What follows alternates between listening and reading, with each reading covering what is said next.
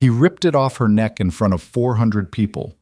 No warning, no whispered argument beforehand, no final cruel look exchanged across a candlelit table. Dante Valseri simply crossed the ballroom floor, grabbed the legendary Donna necklace from his wife's throat with one hand, and clasped it around his mistress's neck while the string quartet stopped mid-note. 400 people watched Seraphine Voss stand there with her hand at her collarbone where the chain had been, a small red mark already rising on her skin. Her face didn't break. Her eyes didn't fill. She just stood there, alone in the center of the most powerful room in the country, while her husband laughed and kissed another woman's cheek. That was the moment the Valseri Empire began to die. Nobody in that ballroom understood it yet. But somewhere in the silence that followed, something ancient and irreversible shifted, and Seraphine Voss walked away.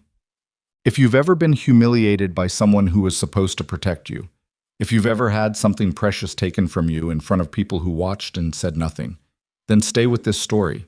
Like this video, drop a comment telling me what city or country you're watching from. I want to see how far this story travels. And if you're not subscribed yet, do it now, because what happens next is the kind of thing you won't want to miss. The Summit of the 12 Families happened every year in the second week of October, always in a different city, always in a building that didn't appear on any official map. This year, it was a converted estate outside the city, 40 rooms, a ballroom with chandeliers that cost more than most people's houses, and enough armed men positioned around the grounds to repel a small military operation. Seraphine had attended 11 of these summits. She knew the layout of every room, the name of every underboss's wife, and the particular social rituals that kept 400 dangerous people from killing each other over dinner. She had spent 11 years learning how to move through this world without drawing attention to herself, which was, she had long understood, its own kind of expertise. She was wearing the Donna necklace because she always wore it to the summit. It had been placed around her neck by Dante's own mother on the evening of their wedding, 12 years ago. The older woman had pressed Seraphine's hands between her own and said, in a low voice that cut through the noise of the reception, "Don't ever let anyone take this from you, not even him." At the time, Seraphine had thought the warning was sentimental. She understood it now. The necklace itself was not particularly beautiful by conventional standards. A single black diamond pendant on a platinum chain, the stone irregular and slightly asymmetrical, as if it had been cut by hand rather than machine. It was not the kind of jewelry that invited compliments. It was the kind that made people pause, look twice, and then look away, uncertain why they felt uneasy. Every woman who had worn it in the last century had been the recognized Donna, the queen of whatever alliance held the underworld together in a given era. Not because the necklace conferred power, because the families had agreed generations ago that the woman who wore it spoke with a voice that superseded any single family's interests. Seraphine wore it like she wore everything, without drama, without performance. It sat at her collarbone, and she forgot about it for hours at a time. She was standing near the east wall of the ballroom, holding a glass of sparkling water she hadn't drunk, listening to the wife of the Ferraro family's current patriarch complain about a property dispute in the south. Seraphine was genuinely listening, not performing attention.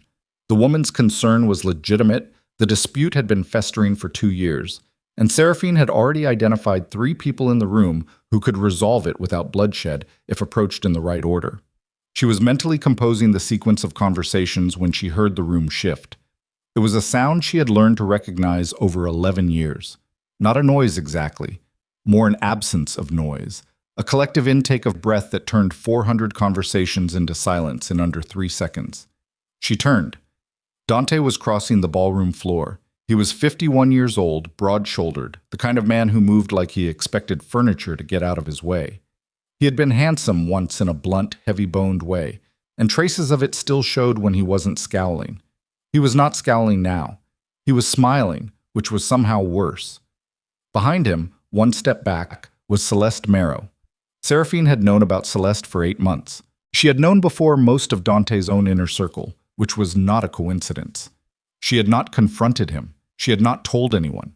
She had simply adjusted certain arrangements she had been working on for years, accelerating some timelines, quietly completing others. People who understood only the surface of things would look back later and call what she did revenge. It wasn't. It was just completion. but she had not anticipated this. Dante stopped 2 feet in front of her. The room was entirely silent. Even the string quartet had stopped, their bows hovering above the strings like they were waiting for a conductor's signal. "You've had this long enough," Dante said. His hands came up. His fingers found the clasp at the back of her neck. Seraphine did not step back. She did not reach up to stop him. She felt the cool pressure of his knuckles against her skin, the small mechanical click of the clasp releasing, and then the weight of the necklace leaving her throat. He stepped back, turned to Celeste, clasped the necklace around the other woman's neck with the careful deliberateness of a man making a statement. The sound that went through the room was not laughter exactly. It was the release of tension that happens when 400 people who have been holding their breath all exhale at once. Some of it became actual laughter. Some of it became the quick, nervous conversations of people recalibrating their understanding of where power now lived. Seraphine stood there for a moment. Her hand came up to her collarbone, not dramatically, not for effect. It was involuntary, the way you reach for something that used to be there. Her fingertips found the red mark where the chain had pressed. She looked at Dante. I was already turned away, his arm around Celeste's waist, accepting congratulations from men who had calculated that congratulating him was the safest available move. Then Seraphine left. Not quickly, not dramatically.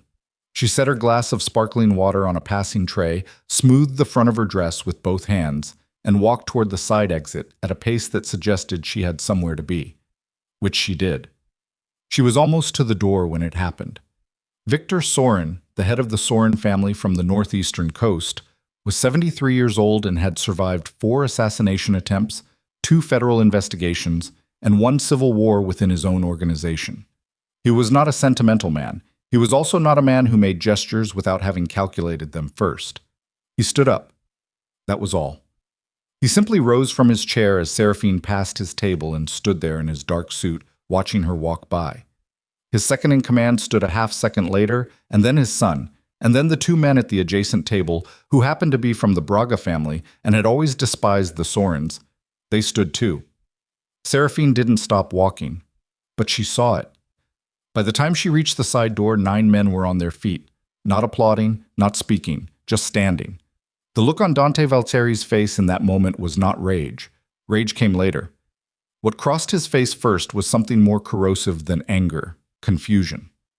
He had just done the thing he'd planned for weeks, the public gesture that was supposed to demonstrate his authority, and something had gone wrong that he couldn't identify yet. He looked at the men standing and then at the door through which his wife had disappeared, and for the first time in years, possibly in decades, Dante Valteri didn't know what was happening. Seraphine had a car waiting. She had arranged this 3 weeks ago, the same week she had made 17 other quiet arrangements, not because she had known Dante would do exactly what he did tonight, but because she had understood, with the particular clarity that comes from 12 years of careful observation, that something was coming.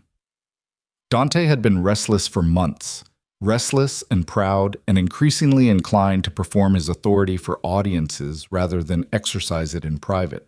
Men like him, in her experience, eventually needed a theater. She had tried to give him other theaters. The car was a black sedan driven by a man named Gus, who had been driving her in various vehicles for 6 years, and who had an uncanny ability to be invisible in the ways that mattered. He didn't ask how the evening had gone. He pulled into traffic and said nothing, which was exactly what she needed. She sat in the back seat and let herself feel it for exactly 12 minutes. Not the humiliation. She had made a separate peace with humiliation years ago, had decided it was only as powerful as she allowed it to be. What she felt was something closer to grief. 12 years. She had spent 12 years in that world, 12 years of conversations in rooms where everyone was calculating and almost no one was honest. 12 years of maintaining a version of herself that was useful and contained and never, ever frightening. She had done things she wouldn't have done if she'd had different choices.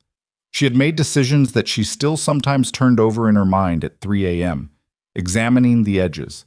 She wasn't a good woman. She had never claimed to be. But she had tried, with whatever limited resources she had, to make things less terrible than they would have been without her. That had to count for something. After 12 minutes, she stopped feeling it and started thinking. Her phone had been silent since she left the ballroom, which was unusual. She had expected at least 2 calls from people she trusted, people who would have watched what happened and wanted to know what she needed. The silence meant one of two things. Either they were managing their own shock, or they were already in motion. When she finally checked the phone, she had 23 text messages and 14 missed calls. She read the texts first, one after another, the way you eat bitter medicine, quickly, in sequence, without pausing. The pattern that emerged was not what she had expected. The messages were not condolences. They were not expressions of outrage on her behalf, the kind that tend to be performative and ultimately worthless. They were logistical, careful, specific. We're ready when you are. Say the word. Everything's in position. Your call. The arrangements you made in March are holding. All of them. She sat back in the seat and stared at her phone screen for a long moment.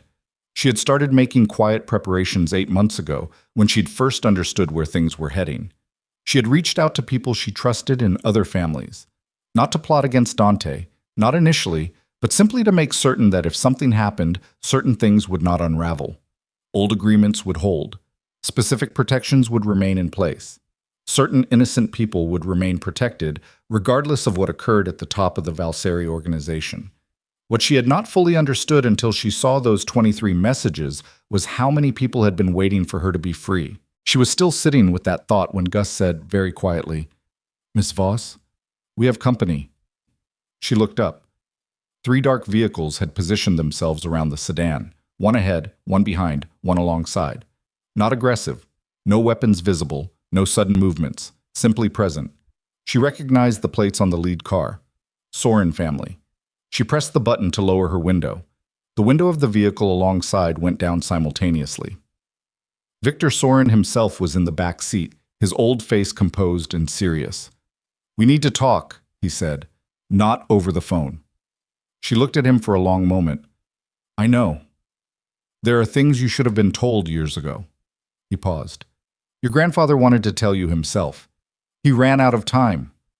Seraphine felt something cold move through her. Her grandfather had been dead for 9 years.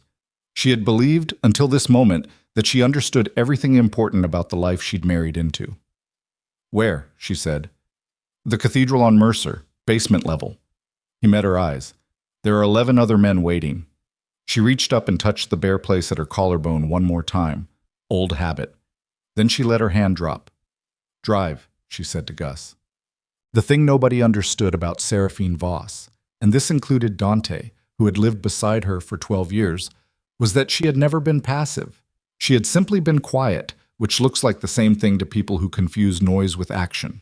She had grown up in a border family, the granddaughter of Edvard Voss, a man who had helped draw the invisible lines that organized crime in the country, obeyed for 30 years. Edvard Voss was not famous in any conventional sense. His name never appeared in newspapers. No prosecutors had ever successfully brought a case against him. He was, by the standards of the world he lived in, almost invisible. He was also the most effective mediator the underworld had ever produced.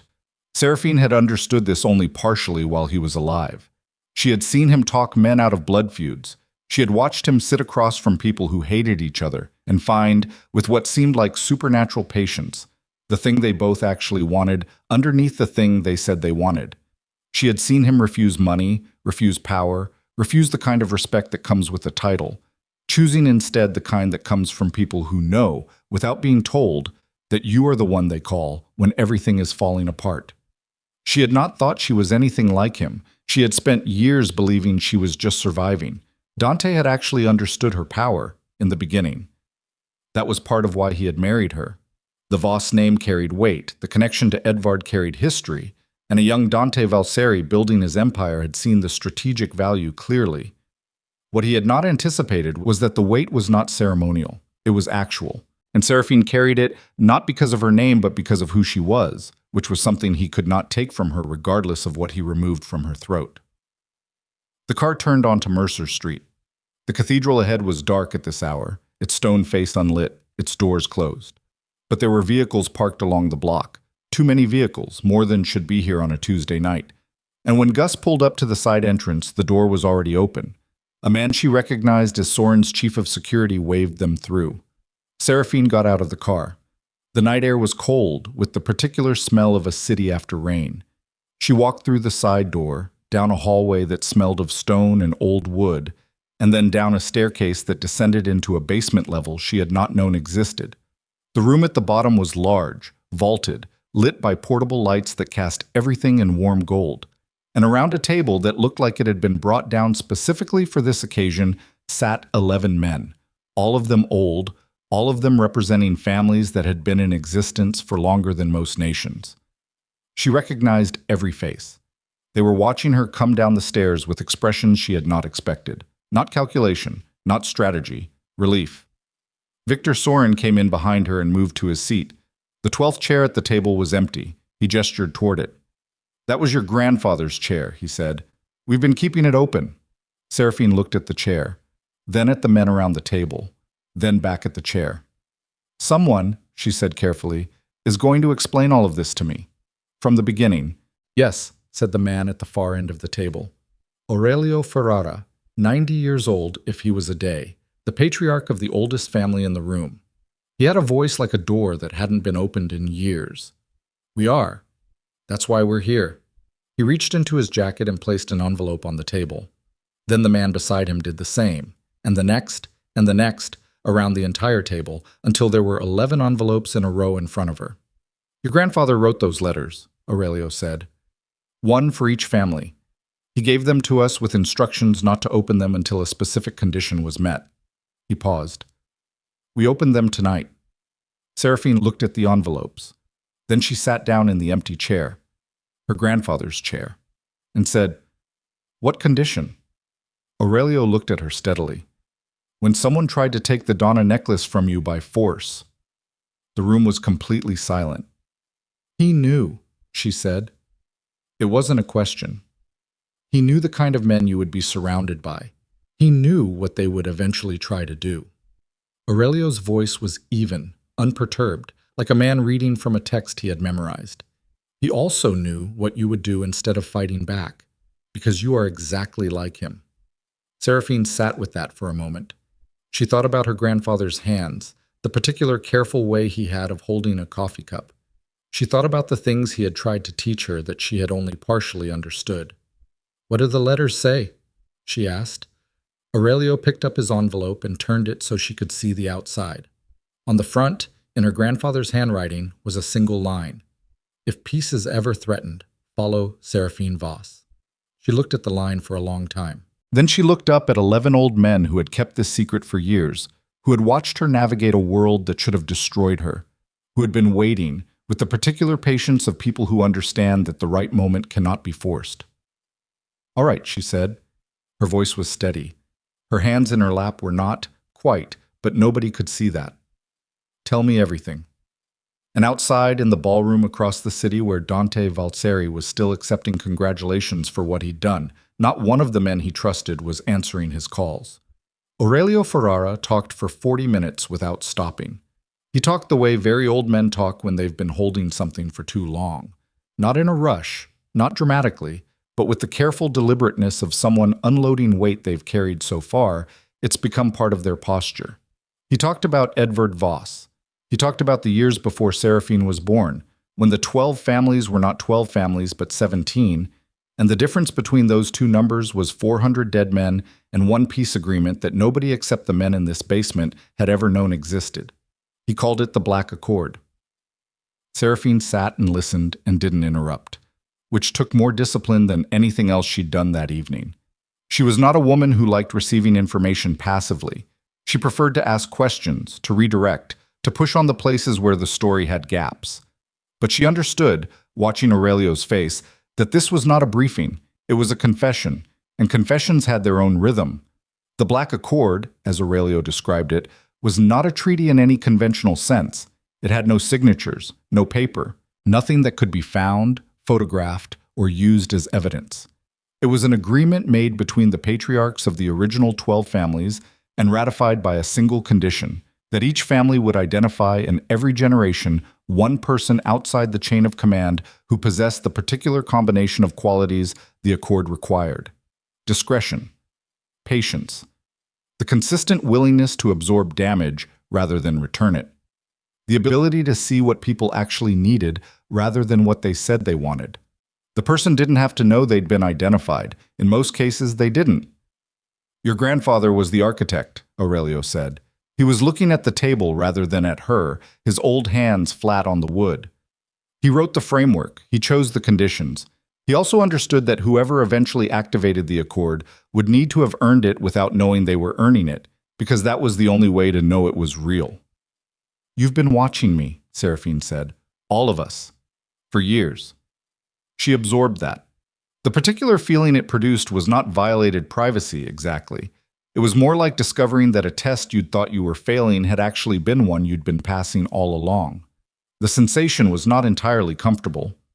Dante, she said, did he know about the accord? The silence that followed her question was its own answer, but Aurelio gave her a spoken one anyway. His father knew fragments, not the whole. He was told there was an old agreement that required certain protections be maintained, and he respected it for reasons of self-interest, if nothing else. Aurelio paused. Dante was told nothing. His father died before he could judge whether the son was trustworthy enough.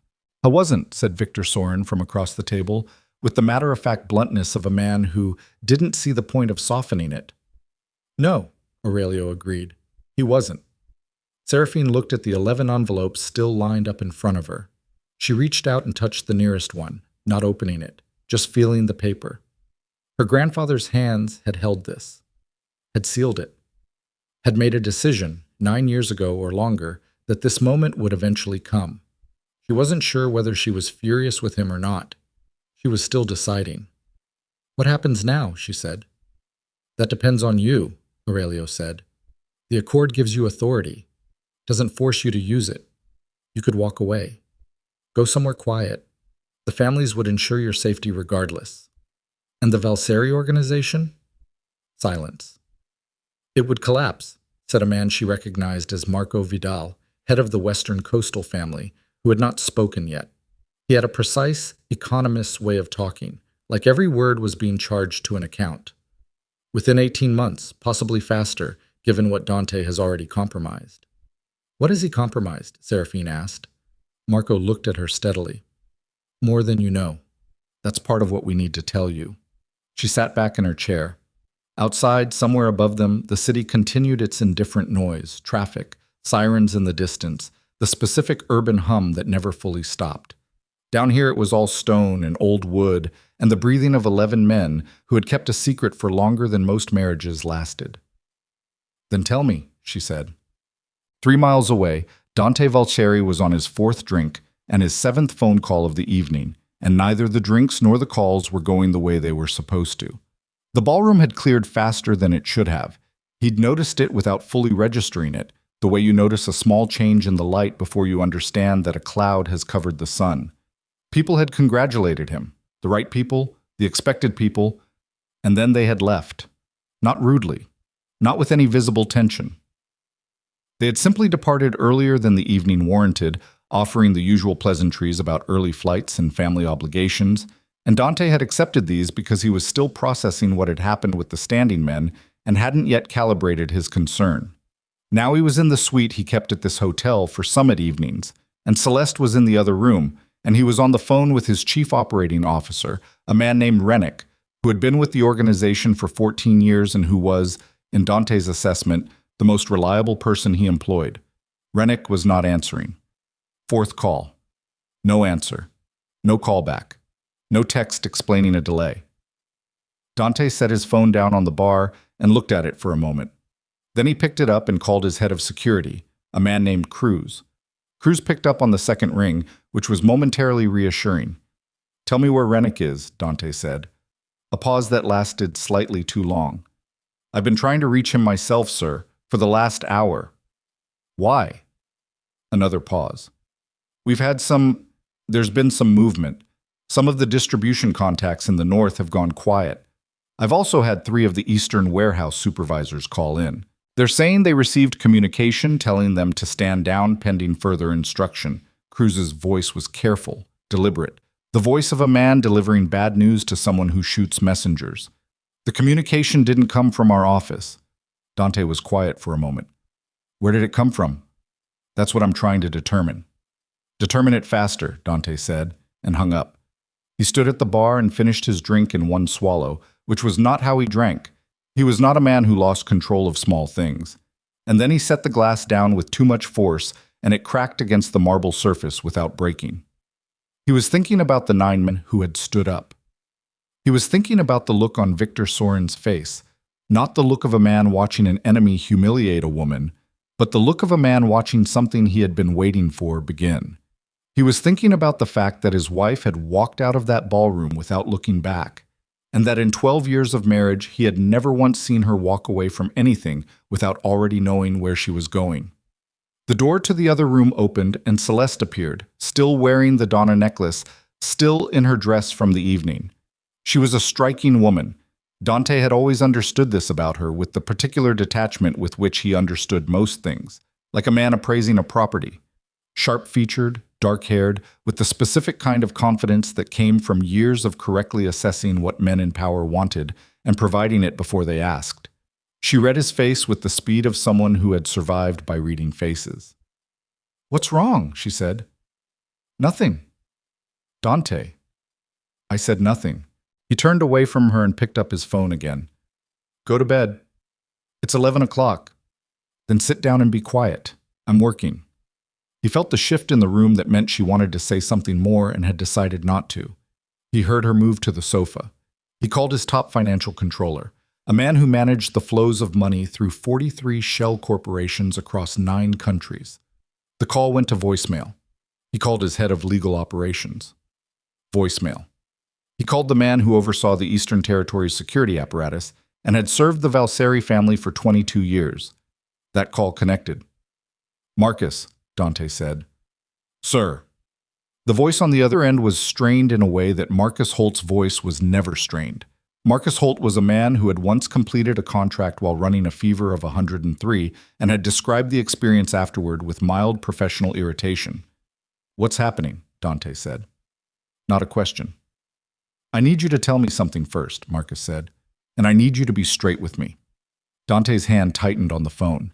In 22 years, Marcus Holt had never once asked him to be straight about anything. He absorbed requests, executed orders, and reported outcomes. He did not ask questions. "Go ahead." "The Fenner Group's accounts," Marcus said. "The ones running through the Cayman structure." Dante said nothing. "I'm looking at a withdrawal record right now," Marcus said. 47 million, moved 3 weeks ago. I've been trying to trace it for the last 6 days because it didn't come from any of the usual authorization chains. A pause.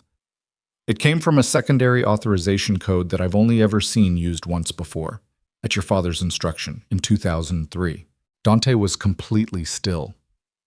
"The withdrawal went to a holding account I don't recognize," Marcus continued. "I ran the account.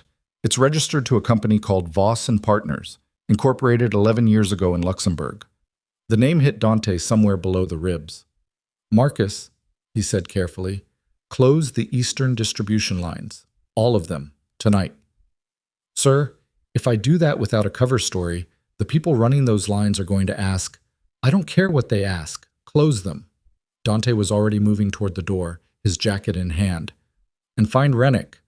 He was halfway to the door when Celeste said from the sofa, "You're going after her." He stopped. "Seraphine," Celeste said. She wasn't asking. Her voice had a quality he didn't often hear from her. Not fear exactly, but something adjacent to it. "Whatever's happening, it's her, isn't it?" He looked at her. She was sitting with her hands in her lap, very still, and the Donna necklace caught the room's low light and threw it back in a way that seemed faintly wrong, like the stone was refracting things it shouldn't. "Stay in this room," he said. "Don't open the door to anyone." "Dante." "Anyone," he said, and left. The thing about $47 million was not the amount. Dante understood this as his car moved through the city, Cruz in the front seat with 2 armed men, 3 additional vehicles trailing. The amount was significant but not catastrophic. He had bled worse in a single bad quarter. What mattered was not the money. What mattered was the authorization code. There were 3 people in the world who had ever had access to that secondary code. His father, who was dead. Himself.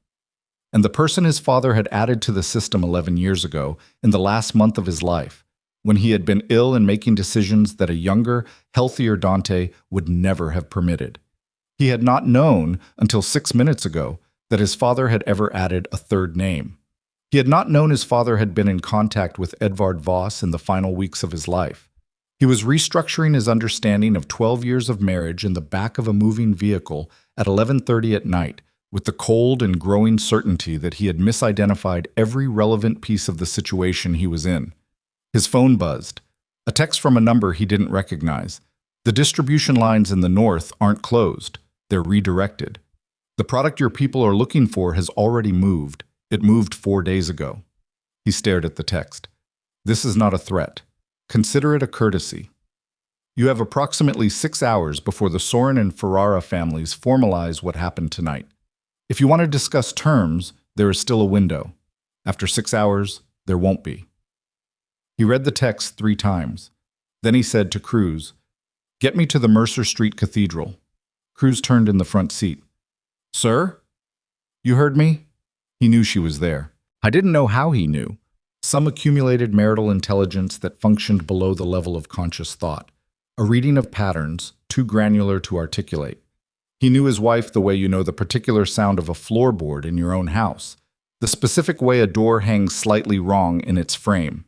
He had spent 12 years in proximity to her and understood, with the cold specificity of a man confronting what he should have seen years earlier, that he had never actually looked at her. The basement of the Mercer Street Cathedral was in the middle of what felt like its third hour of conversation when the man at the top of the stairs, Sorin's security, a quiet man named Fetch, who had spent 20 years being quiet in rooms where loudness got you killed, came down 3 steps and held up 2 fingers. Everyone in the room went still. "Vehicle on the street," Fetch said. 4 cars. Valseri plates. The quality of the silence changed. Seraphine felt it in her chest, a slight compression, the way pressure changes before weather. She watched the 11 men around the table recalibrate. Not in panic, nothing so uncontrolled, but in the specific way of people who had spent their lives in situations where the wrong movement at the wrong moment ended things permanently. Victor Sorin looked at her. "Your call." She had not expected that. She had been sitting in that room for hours receiving information that reordered her understanding of her own life. And she had maintained the composure she always maintained. But something about the simplicity of those 2 words, "your call," got past her defenses in a way that the information itself hadn't. She felt the weight of it settle onto her shoulders, real and physical, like something placed there by deliberate hands. She thought about what Marco Vidal had told her an hour ago, the part she was still processing. The part about Dante's arrangement with a foreign syndicate, operating out of 3 Eastern European countries. The arrangement he had entered into without consulting the council, without disclosing it to any of the 12 families, in direct violation of the protocols that had kept the peace for 30 years. He had been trading access, shipping routes, safe house locations, enforcement personnel, for capital injections that had kept the Valseri organization liquid through 2 consecutive years of federal pressure. He had been selling out the infrastructure that other families depended on. He had done this while she sat at summit dinners and managed his relationships with those same families and kept him from consequences that would have buried him years ago. She had not known. She was reasonably certain she was not supposed to have known, but she had suspected something, some wrongness in the numbers, some explanation she couldn't find for certain pressures that appeared and receded without the causes she'd been told about. She had attributed it to incompetence. She had been wrong. It was not incompetence. It had been something much worse and much more deliberate. "Let him in," she said. Victor Sorin looked at her for a long moment. "You're certain?" "He's going to find this place regardless. He knows I'm here." She looked around the table at 11 faces that had been keeping her grandfather's secret for almost a decade. "And honestly, I think it's time he understood what he's been standing in the middle of." Aurelio Ferrara made a sound that might have been approval or might have been simple exhalation. It was hard to tell with very old men. Fetch went back up the stairs. Seraphine turned to the man on her left, a compact, silver-haired man named Benedetto Ryan, who had barely spoken all evening but whose listening had been of the active, retentive variety. "The documentation," she said quietly. "The Fenner account records. Do you have them accessible?" Benedetto touched the inside pocket of his jacket. "Right here." "Good." She smoothed her hands flat on the table in front of her. The wood was old and slightly rough under her palms. She was aware of the mark on her collarbone where the necklace had been removed, a small ache she'd been ignoring for hours. She let herself feel it for a second, just one, and then she let it go. Footsteps on the stairs. Heavy ones. The particular heavy footfall of a man who was angry and trying to control it and not entirely succeeding. Dante appeared at the bottom of the stairs and stopped. He took in the room, the table, the 11 men, the portable lights casting everything gold. His eyes moved to Seraphine last, the way you keep the thing you're most afraid of looking at until you've assessed everything else. She watched him see it, the envelope on the table in front of her, the way the men around her were arranged not as strangers but as people who had already been in conversation, the absence of fear on any face in the room, including hers. She watched him understand, with a precision she could almost track in real time, that he had walked into something that was not a confrontation, that was already resolved. "Seraphine," he said. His voice was controlled, barely. "Dante," she said, "I want to talk to you alone." "No." The word landed in the room with the plainness of a stone dropped on a stone floor. No decoration, no softening, no apologetic inflection. Just no. His jaw tightened. "I'm not asking." "I know you're not." She looked at him steadily. "You haven't been asking anything for a very long time. You've been telling. And I've been sitting in rooms like this one, finishing the things you broke, apologizing to people you insulted, and protecting your organization from consequences you earned and never paid." She paused. "That's done." "You want to do this in front of— I want to show you something," she said. She looked at Benedito. He placed the file on the table and slid it toward her. She turned it and slid it further, until it was within Dante's reach at the foot of the stairs. He didn't move toward it. "Fenner accounts," she said. "Eastern European syndicate transfers. 47 million, which you know about, and 9 prior transfers over 3 years totaling approximately 230 million, which you assumed nobody else knew about." She held his gaze.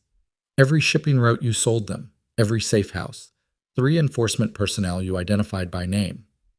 The color in Dante's face changed in the particular way that color changes in someone who has stopped performing and started actually experiencing something. It wasn't anger. It was the specific pallor of a man realizing that the walls of a room he thought he was standing in have not been there for longer than he knew. "Where did you get that?" he said, barely a voice. "From the people you stole it from," she said, "who have been waiting, with more patience than you deserve, for the right moment to address it." She looked around the table. "This is that moment." Dante looked at the 11 men.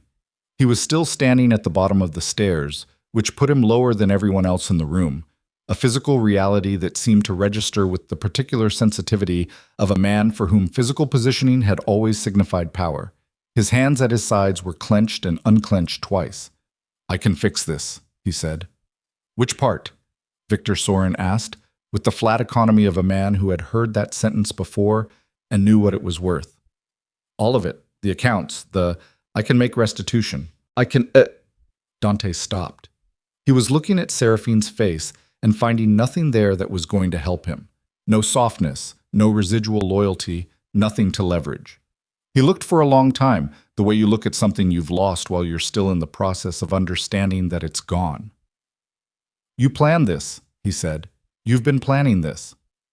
"No," she said. "I've been planning for the possibility that you would do exactly what you did tonight, and making certain that when you did, the things worth protecting would still be protected." She let that settle. "The planning is what you never understood about me. You thought I was managing your household. I was managing the consequences of your decisions. There's a difference." His face went somewhere she hadn't seen it go before, past anger, past calculation, into something raw and unstructured, the expression of a man at the edge of a particular kind of fall. "The families," he said. He looked around the table again. You're all going to sit there and—" "We're going to do what the accord requires," Aurelio said quietly.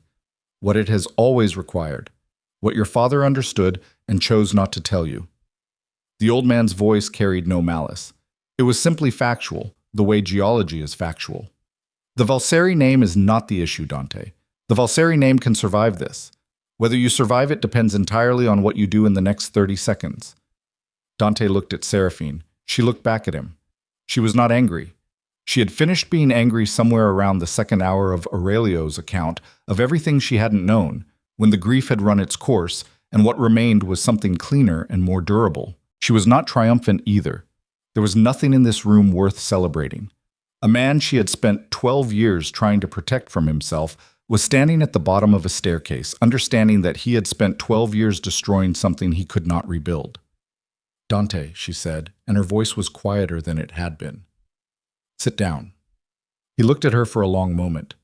Then, with the slow, broken movement of a man who has run out of other options, Dante Valcheri walked to the one empty chair at the edge of the room, not at the table, not given that position, and sat down. The room breathed. Aurelio reached into his jacket a second time and placed one more envelope on the table. This one was different from the others, thicker, sealed with wax rather than adhesive, the paper slightly yellowed with age. "This one," Aurelio said, "was not written by Edvard Voss." He slid it towards Seraphine. She looked at the handwriting on the front. Her heart did something unsteady and immediate, a single lurch that she absorbed without showing. The handwriting was her mother's. Her mother, who had died when Seraphine was 19. Her mother, who she had believed knew nothing of the world she had later married into. Her mother, whose absence was the oldest grief she carried. "How?" she said. And for the first time in hours, her voice was not steady.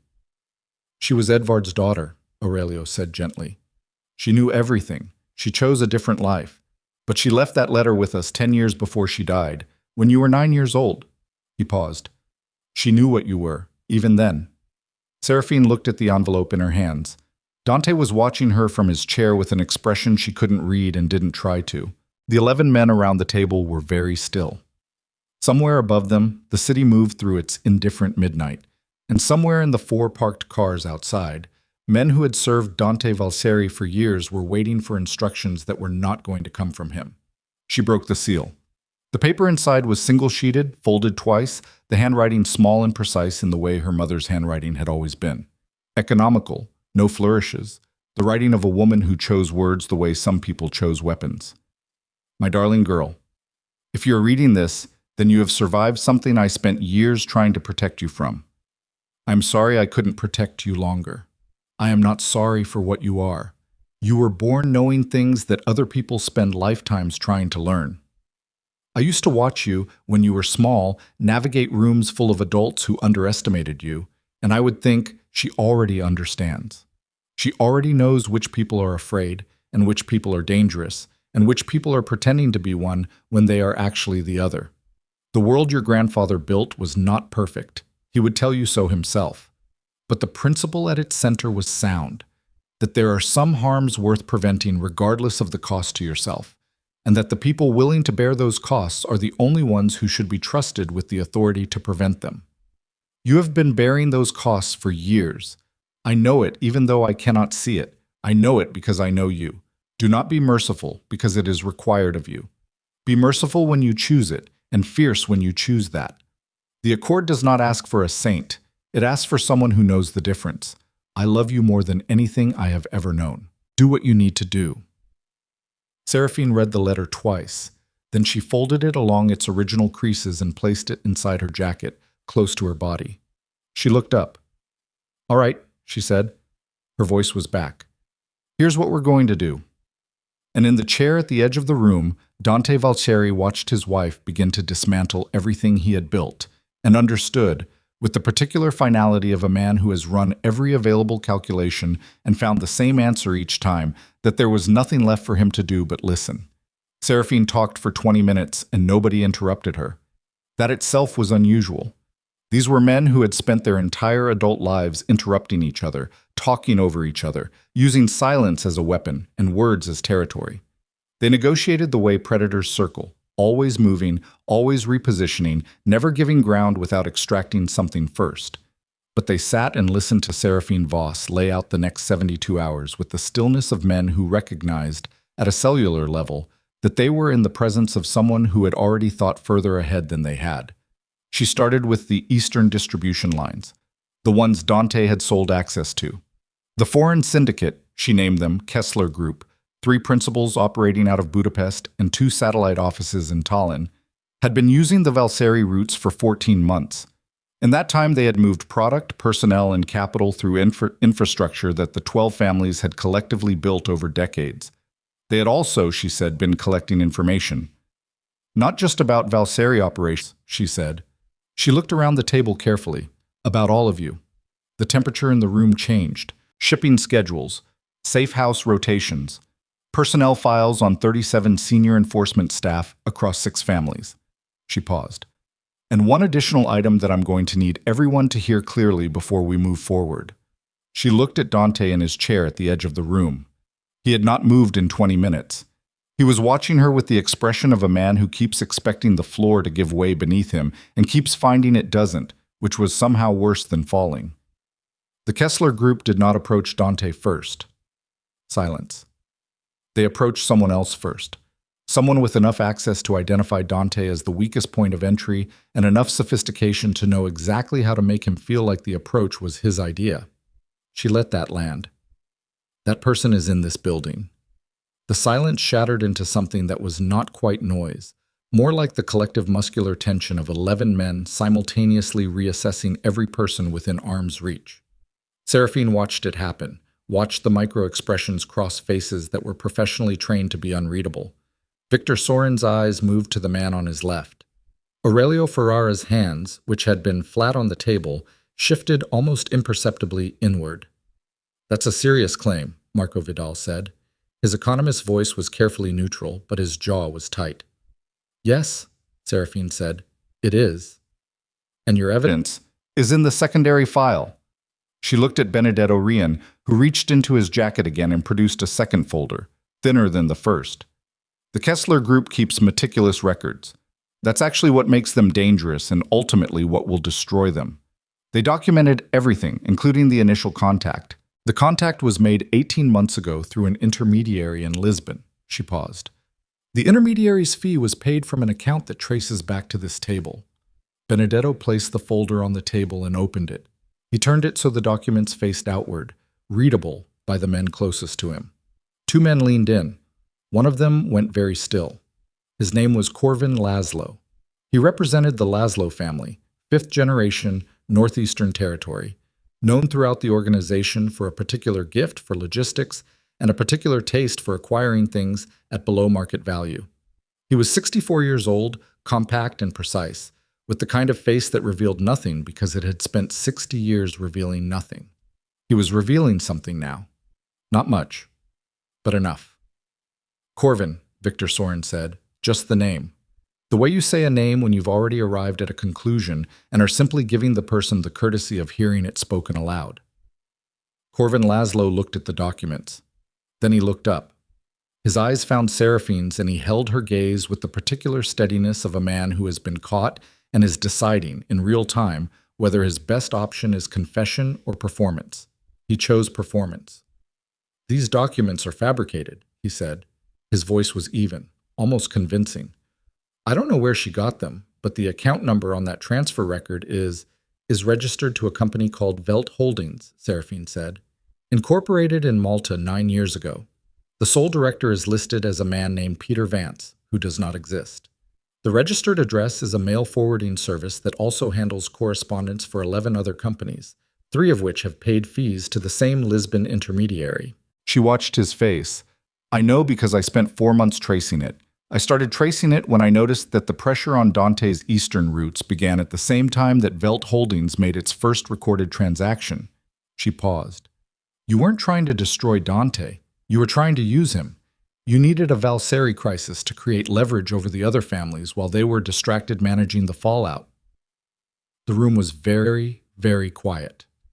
Corvin Laszlo sat back in his chair. Something in his face shifted. Not the controlled public face, but something underneath it, older and less managed, a look that Seraphine recognized from years of watching men realize they had miscalculated. "Clever," he said, and the word came out with a bitterness that confirmed everything. Victor Sorin stood up. He was 73 years old and moved like a man of 50 when he was angry, which he clearly was. "You brought outside money into our structure," he said. His voice was low and very controlled, which was more frightening than loud would have been. "You identified one of our own to these people. You gave them a door. I gave us a future, Corvin said, and the mask dropped completely with those 4 words. The performance gone. Something colder and more genuine underneath. A future that doesn't depend on a 50-year-old agreement written by a dead man for a world that doesn't exist anymore. His eyes moved to Seraphine.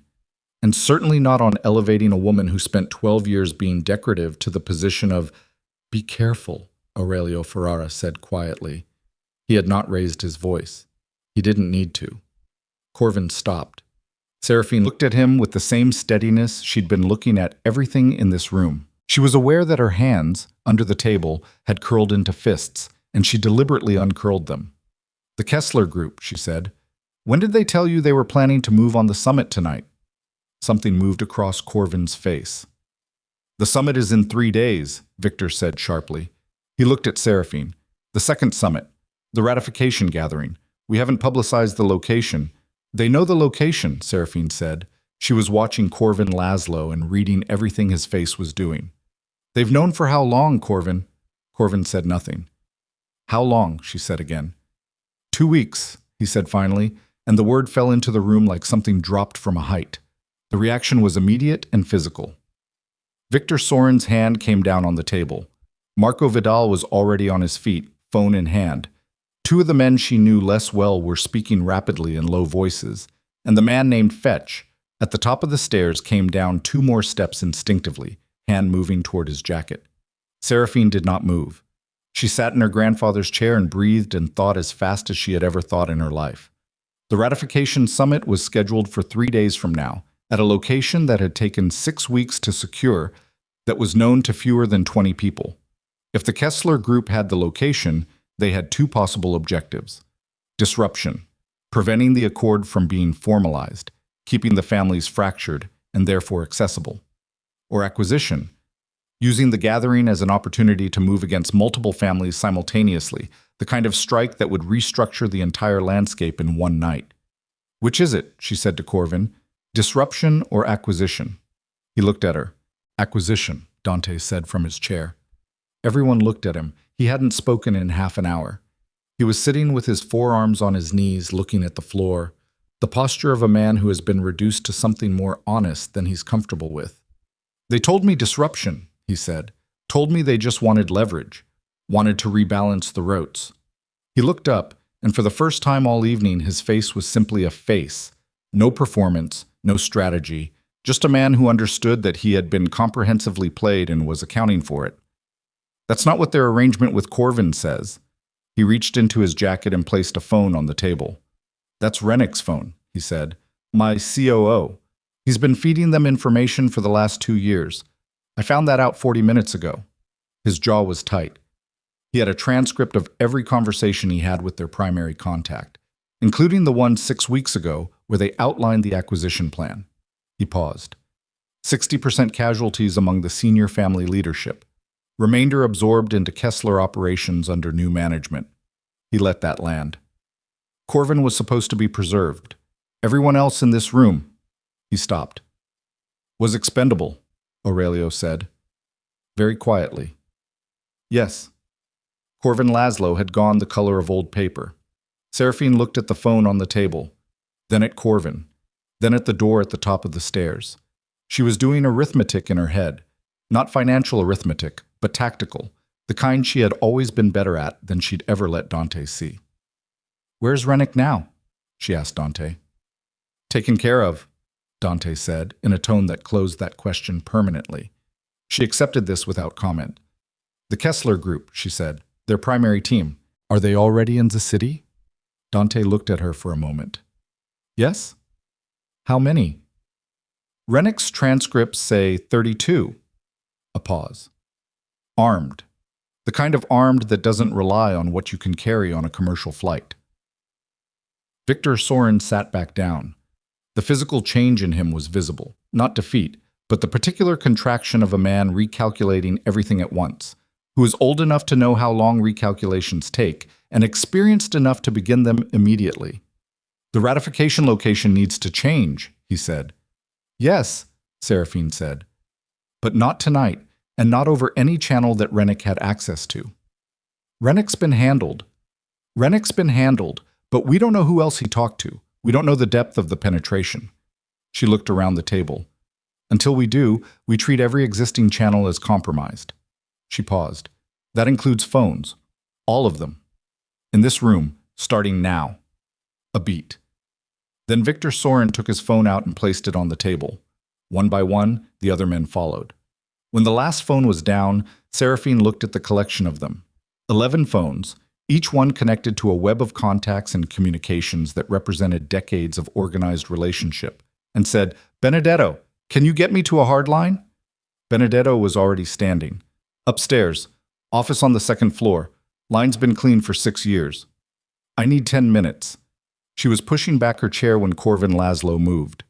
He was quick for a man his age and in his particular state of exposure, propelled by the specific desperation of someone who has just watched every exit close. He came up from his chair and went for the phone on the table. Rennick's phone, the one with the transcripts, and he almost reached it, his fingers just grazing the screen, before Victor Soren's second-in-command came over the table and put him on the floor with the practiced efficiency of a man who had done similar things in smaller rooms under worse circumstances. Corvin went down hard. He didn't make a sound. He lay on the stone floor of the basement and looked up at the vaulted ceiling and breathed. Seraphine looked at him from her standing position. "The Kessler Group's primary contact number," she said. "The one Rennick used." Corvin said nothing. "Corvin." Her voice was even. Not threatening. She didn't need threatening, which was its own kind of threat. "The contact number." "Why?" His voice from the floor was rougher, stripped of the professional polish. "Just a man." "So you can warn them off. They'll be back. They have resources you cannot—" "The number," she said. He gave it to her. She didn't know whether he gave it because he'd calculated some angle or because he was simply out of other options. It didn't matter. She had it. She walked to the stairs. "Seraphine," Dante's voice. She stopped on the second step and waited. "I didn't know about the acquisition plan," he said. "I want you to know that. The bloodshed. I didn't—" He stopped, swallowed. "Whatever I've done, I didn't sign up for that." She turned and looked at him over her shoulder. He was still in the chair at the edge of the room, in the same posture, looking at her with the expression of a man who needs absolution and knows he has no right to ask for it. "I know," she said, "but that's a separate conversation, and we don't have time for it tonight." She went up the stairs. The office on the second floor was small and cold and smelled like the same stone as the rest of the building. A desk, a lamp, a hardline telephone that looked like it hadn't been manufactured in this decade. Seraphine sat down, pulled the lamp to a useful angle, and spread the documents from Benedetto's file flat on the desk. She had 10 minutes, she'd said. She was going to need 8. The call she needed to make was not to law enforcement. She had never in her life called law enforcement, and she was not going to start tonight, not because she was above it. She had made peace years ago with the moral ambiguity of the world she lived in, but because law enforcement would take 72 hours minimum to operationalize anything, and she had 3 days before the ratification gathering and 32 armed Kessler personnel somewhere in the city. The call she needed to make was to a woman named Iris Tan. Iris Tan was 58 years old and was officially a consultant for a mid-sized shipping logistics firm based in Vancouver. Unofficially, she was the most effective private intelligence operator in the Western Hemisphere, a woman who had started her career in government service in 3 different countries and had left each of them when the constraints became incompatible with efficacy. She was not cheap. She was not warm. She was the person you called when you needed to know where 32 armed people were located in a city and needed to know it faster than any official channel could provide. Seraphine had been paying her retainer for 4 years. Dante had not known this either. She dialed from memory. The line rang twice. "I wondered when you'd call," Iris Tan said. Her voice was the same as always, flat, precise, faintly accented with a mixture of things that suggested she'd spent her life in too many places to carry any single one of them fully. "How much do you already know?" Seraphine asked. "Enough. Kessler has 31 personnel in city as of 6 hours ago. 1 additional is en route, landing at the private terminal around 3 a.m. The primary team is split between 2 locations, a warehouse in the industrial district and a serviced apartment building near the financial sector. pause. They have what appears to be a signal blocking capability. High-end. Military adjacent. The summit location. They have it. Have had it for 11 days. Another pause, shorter. Seraphine. The blocking capability is the problem. If they activate it during the gathering, you lose communications entirely. No calls out, no coordination. Whatever happens inside stays inside. Seraphine sat with that for a moment. Can you neutralize it? I can locate the equipment. Neutralizing it depends on timing and access. The faintest shift in Iris's voice. How much access do you have? More than I did this morning. Considerably less than I'd like. I need 48 hours to position properly. You have 60. That works. A pause. One more thing. The person who gave them the summit location, it wasn't Rennick. Seraphine went still. Rennick was a conduit. Good one, but a conduit. The original source was somebody closer to the planning process. Iris's voice was careful, exact, the voice of someone delivering a surgical strike. Someone who was in the original 6-person conversation where the location was finalized. Seraphine's mind ran through the 6-person conversation that had established the ratification location. Herself. Victor Sorin. Aurelio Ferrara. Marco Vidal. The woman who organized logistics for the Sorin family and had been trusted for 30 years. And one other. Benedetto Rian, she said. Yes, Iris said. Seraphine looked at the wall of the small office. She had sent Benedetto back downstairs. He was currently in the basement with 11 family heads, Dante and Corvin Laszlo, in a room full of people whose phones were stacked on the table. Benedetto Rian, who had the second folder, who had confirmed the Kessler documents, who had been in her grandfather's circles for 30 years, who had sat beside her tonight and handed her files that confirmed everything she'd told the room, who had been the most quietly useful person in that basement all evening, who had known exactly what the files contained because he had helped construct the Kessler operation from the other side. He played both, Seraphine said. Not a question. He played all three, Iris said. Corvin's faction, Kessler, and your grandfather's network. He's been running parallel relationships for at least 7 years. My guess is he expected one of them to resolve the situation in his favor and intended to be standing with the winner, regardless of which one it was. And tonight he saw which way it was going. And tonight he made sure the Kessler team received confirmation of the ratification location and a new piece of information. Iris paused. Your name? Specifically, that Seraphine Voss had activated the Black Accord and would be present at the ratification gathering. The cold that moved through Seraphine's chest was not fear exactly. It was the recognition of a specific kind of danger, not the danger of a direct opponent, which she knew how to manage, but the danger of a shifting landscape, a situation where the ground she'd been standing on had moved while she was focused on the horizon. She had walked into that basement thinking she understood the full scope of the threat. She had spent 2 hours presenting it to 11 men as a structured problem with identifiable components. She had been thorough, and she had been correct about everything she said. She had also, apparently, been sitting beside the man who was feeding the enemy her exact position in real time. He's still in the basement, she said. Yes, and his phone is on the table with the others. Iris paused. But he used a secondary device, small, strapped to his left forearm. He sent 2 messages in the last 20 minutes. Seraphine was already moving toward the door. To whom? Kessler primary contact. A beat. And one other number I'm still tracing. How long to trace it? 10 minutes, maybe 15. I have 8. Seraphine opened the office door. Keep the line. She moved down the hallway, not running. Running was noise and she needed silence. With the phone pressed against her ear and her other hand steady at her side and her mind working through the geometry of the room below. 11 men at the table, Dante at the edge, Corvin on the floor, Fetch at the stairs. Benedetto. Where had she left Benedetto? Right side of the table, 3 seats from the head. Between Victor Sorin's second in command and Marco Vidal's man, armed room, compromised room, and she had just told everyone in it to put their phones down. The staircase was 15 steps. She went down them carefully, her weight on the outside edges where the stone was less likely to flex and carry sound. The light from the portable lamps came up warm and gold from below, the way light comes up from a room where people are still talking. They were still talking. She could hear it. The low, contained quality of dangerous people managing their tension verbally, which was better than the alternative, but not by as much as it should have been. She reached the bottom of the stairs.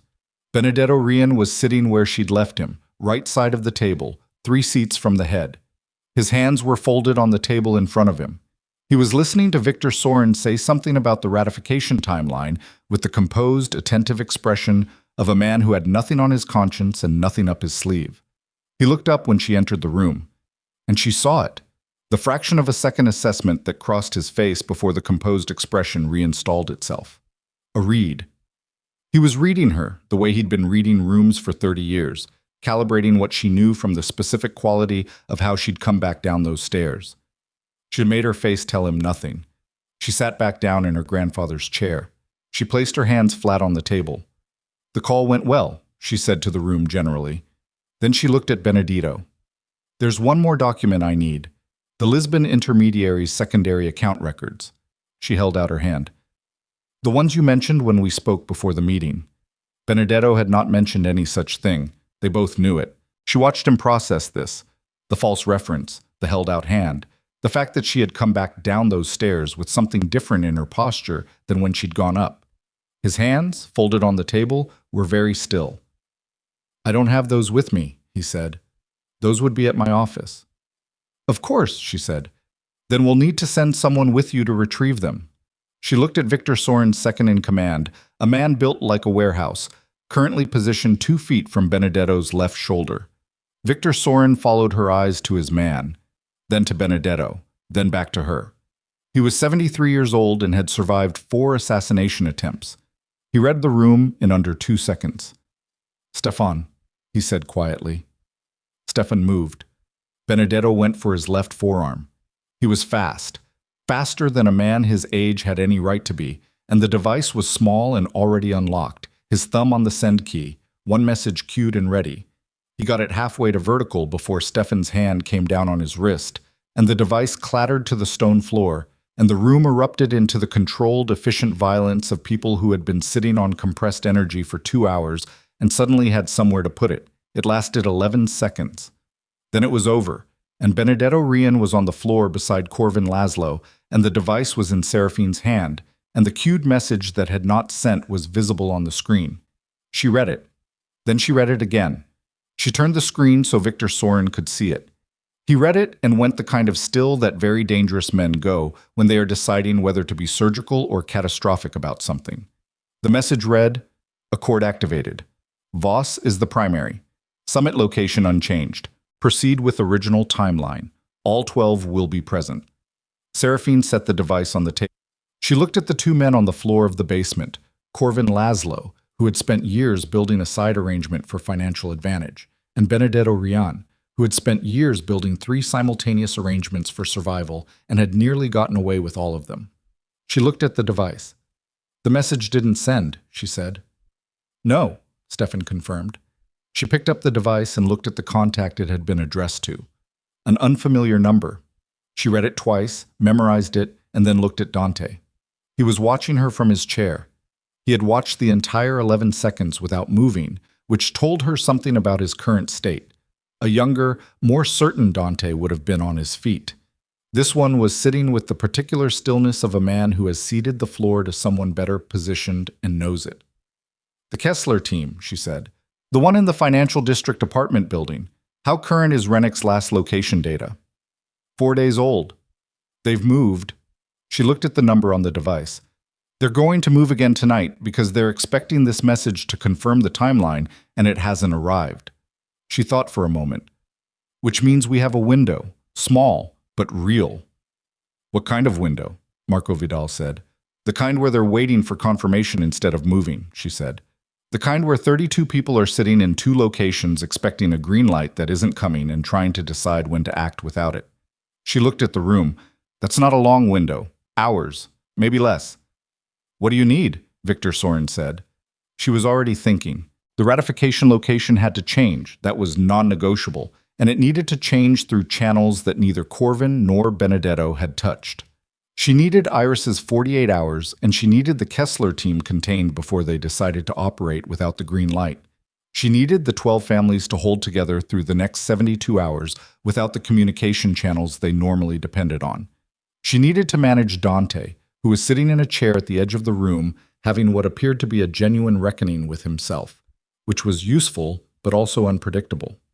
She needed to do all of this while operating on no sleep, in a basement, with 11 men whose capacity for unified action had just been revealed as significantly more compromised than she'd understood 3 hours ago. She looked at her grandfather's chair beneath her. She thought about her mother's letter, folded against her body. She thought about the particular quality of trust that the room was placing in her. Not the ceremonial trust of an inherited title, not the strategic trust of calculated alliance, but the rawer and more contingent trust of people who had run out of other options and were watching to see what she would do. She was afraid. She had been afraid for the last 3 hours, quietly, in the part of herself she kept separate from performance, and she was still afraid now. That was fine. Fear was just information. What mattered was what you did with it. "I need 12 hours," she said. "And I need every man in this room to do exactly what I tell them, in exactly the sequence I tell them, without asking me to explain my reasoning until after it's done." Victor Sorin looked at her steadily. "And if we don't agree to those conditions?" She looked back at him with the same steadiness. "Then 32 armed professionals, who have been planning this for 18 months, will spend the next 3 days operating against 12 families who can't coordinate their response because they've spent the last 2 hours discovering they can't trust each other." She paused. "And Seraphine Voss will not be there to manage the consequences, because I will take my grandfather's letters, and my mother's letter, and every piece of evidence I've accumulated, and I will walk out of this building, and you will never see me again." The room was silent. "You wouldn't," Marco Vidal said, but he said it like a question. "I have spent 12 years," she said carefully, "doing things I didn't want to do for people who didn't deserve the protection. I have absorbed humiliation and damage, and kept my mouth shut and kept others from being hurt by the fallout of decisions I never made." She looked around the room.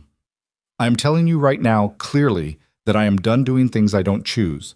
If I'm here because I chose it, and if I'm choosing it, then you will follow my lead."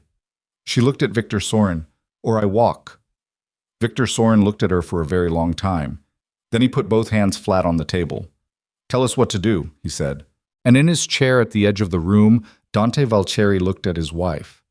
This woman he had spent 12 years diminishing, managing, underestimating, decorating, and finally humiliating in front of 400 people, and felt something move through him that he had no practiced name for, something that was not quite guilt, and not quite grief, and not quite admiration, but contained elements of all three, something that arrived too late to be useful, and yet arrived anyway. The way certain truths do, insisting on themselves regardless of their timing. He said nothing. There was nothing left to say. Seraphine picked up the hardline number she'd written on a piece of paper in the upstairs office and began to give the room its instructions, her voice steady and specific and without hesitation, and the 12 families of the Black Accord listened to a woman they should have listened to years ago, in a basement under an old stone building, while somewhere in the city 32 armed men sat in the dark and waited for a signal that would not come. The first 12 hours moved the way controlled demolitions move, precisely, sequentially, each detonation timed to support the next. The whole structure coming down in a shape that looked like chaos from the outside and was anything but. Seraphine gave the room its instructions in order of urgency. First, the ratification location. New site selected by Victor Sorin from a property his family had held in reserve for 11 years and never used, known to exactly 3 people before tonight, and now known to exactly 14, none of whom had been in contact with Benedetto Rian or Corvin Laszlo's networks. Second, communication protocol. Every family representative in the basement would contact their respective organizations through pre-arranged code phrases embedded in routine calls. Nothing explicit, nothing traceable, nothing that would flag to anyone monitoring their channels. Third, the Kessler team's window. Iris Tan had given her 60 hours. She was going to use 54. What she didn't tell the room was what she planned to do with the remaining 6. She didn't tell them because some plans are only viable if they don't have 11 people second-guessing them in advance. By 4 in the morning, the basement had emptied. The family representatives had dispersed to their respective vehicles in staggered intervals, 8 minutes apart, each leaving through a different exit. Corvin Laszlo and Benedetto Rion had been removed by Victor Sorin's people. Where exactly, Seraphine did not ask, and Victor Sorin did not offer, and the particular grammar of the world they lived in meant that this exchange of non-information was its own kind of agreement. Dante had lingered at the top of the stairs for a moment, looking back down at her, and she had looked up at him and said, "Go back to the hotel. Stay there. Don't contact anyone." And he had gone, with the particular obedience of a man who has run out of his own ideas. Gus was still outside with the sedan. She got in and sat in the dark for a moment before she said anything. "The Industrial District warehouse," she said. "I need eyes on it." Gus said nothing. He pulled into traffic. She called Iris from the car. Iris had the address. She had also, in the 40 minutes since their last call, identified the secondary contact number from Benedetto's device. Not a Kessler number, as it turned out, but a number registered to a private security firm headquartered in Zurich that Iris described as a cutout operation, the kind of buffer entity that existed to absorb legal exposure while its actual clients remained invisible. "The Zurich firm has 3 other active clients I can confirm," Iris said. 2 are legitimate, a pharmaceutical company and a real estate developer. The third is a holding company with no employees and no physical address that has received 41 wire transfers in the last 18 months. From Kessler. From Kessler's primary account, yes. A pause. But also from a secondary account that traces to the Valseri financial structure. Seraphine was quiet for a moment. Which part of the Valseri structure? A subsidiary account, not Dante's primary. A subsidiary that was set up 7 years ago and has been operated independently since. Iris's voice had that particular careful flatness it got when she was delivering something she knew would land hard. The signatory on the subsidiary is not Dante Valseri. Who is it? Celeste Marrow. The car moved through the pre-dawn city. Seraphine looked out the window at the streetlights pulling past and felt something tighten in her chest that was not quite surprise. She had spent the last several hours being unsurprised by things that should have surprised her, and she was starting to understand that this was itself a kind of information, but was something sharper. A new geometry assembling itself from pieces she'd been holding without knowing how they connected. Celeste Marrow had not been Dante's choice. Dante had been Celeste Marrow's choice, and Celeste Marrow had not been operating in isolation. "How long has she had the account?" Seraphine said. 7 years. But the first transfer to the Zurich cutout was 9 months ago. Iris paused. 1 month after she entered Dante's life. 8 months ago, Seraphine had first become aware of Celeste. She had believed the timeline started there. She was now understanding that the timeline started at least 2 months before she'd known anything, possibly longer, and that the entire arc of the last year, Dante's restlessness, his escalating need for public performance, the slow erosion of his judgment about what information to share and with whom, had been cultivated. Not by accident, not by the simple narcotic of being wanted by an attractive woman, by design. "She's still at the hotel," Seraphine said. "As of 40 minutes ago, yes. I need to know the moment she moves." "You'll know." Seraphine ended the call and sat with the dark city moving past the window and the specific weight of what she now understood pressing down on her with the physical reality of something structural rather than emotional. She had been incorrect about most of the board. She had been wrong about who was moving the pieces. Dawn came in gray and indifferent, the sky above the city, the color of old concrete, and the warehouse in the industrial district sat quiet under it, like it had sat quiet under 1,000 dawns before. Corrugated metal walls, loading dock, 2 vehicles parked alongside that were the wrong shape for a warehouse operation and the right shape for people who needed to leave quickly. Seraphine was 3 blocks away in the sedan when Iris called. "They're moving," Iris said. "Not the full team, a forward element, 4 vehicles. They're heading toward the financial district, the apartment building. Consolidating. Something spooked them." A pause. "The green light hasn't come. They've been waiting 9 hours, and it hasn't come, and Kessler's primary contact made 2 calls in the last hour that I traced to Budapest. Someone is making a decision about whether to proceed without confirmation. How long until they decide? They may have already decided. The consolidation movement suggests..." Iris stopped. The quality of the silence changed. Seraphine, one of the vehicles just broke from the convoy. Where is it going? It's heading toward the Summit Hotel. A pause, shorter and tighter. It's heading toward where Dante is staying. She was already moving.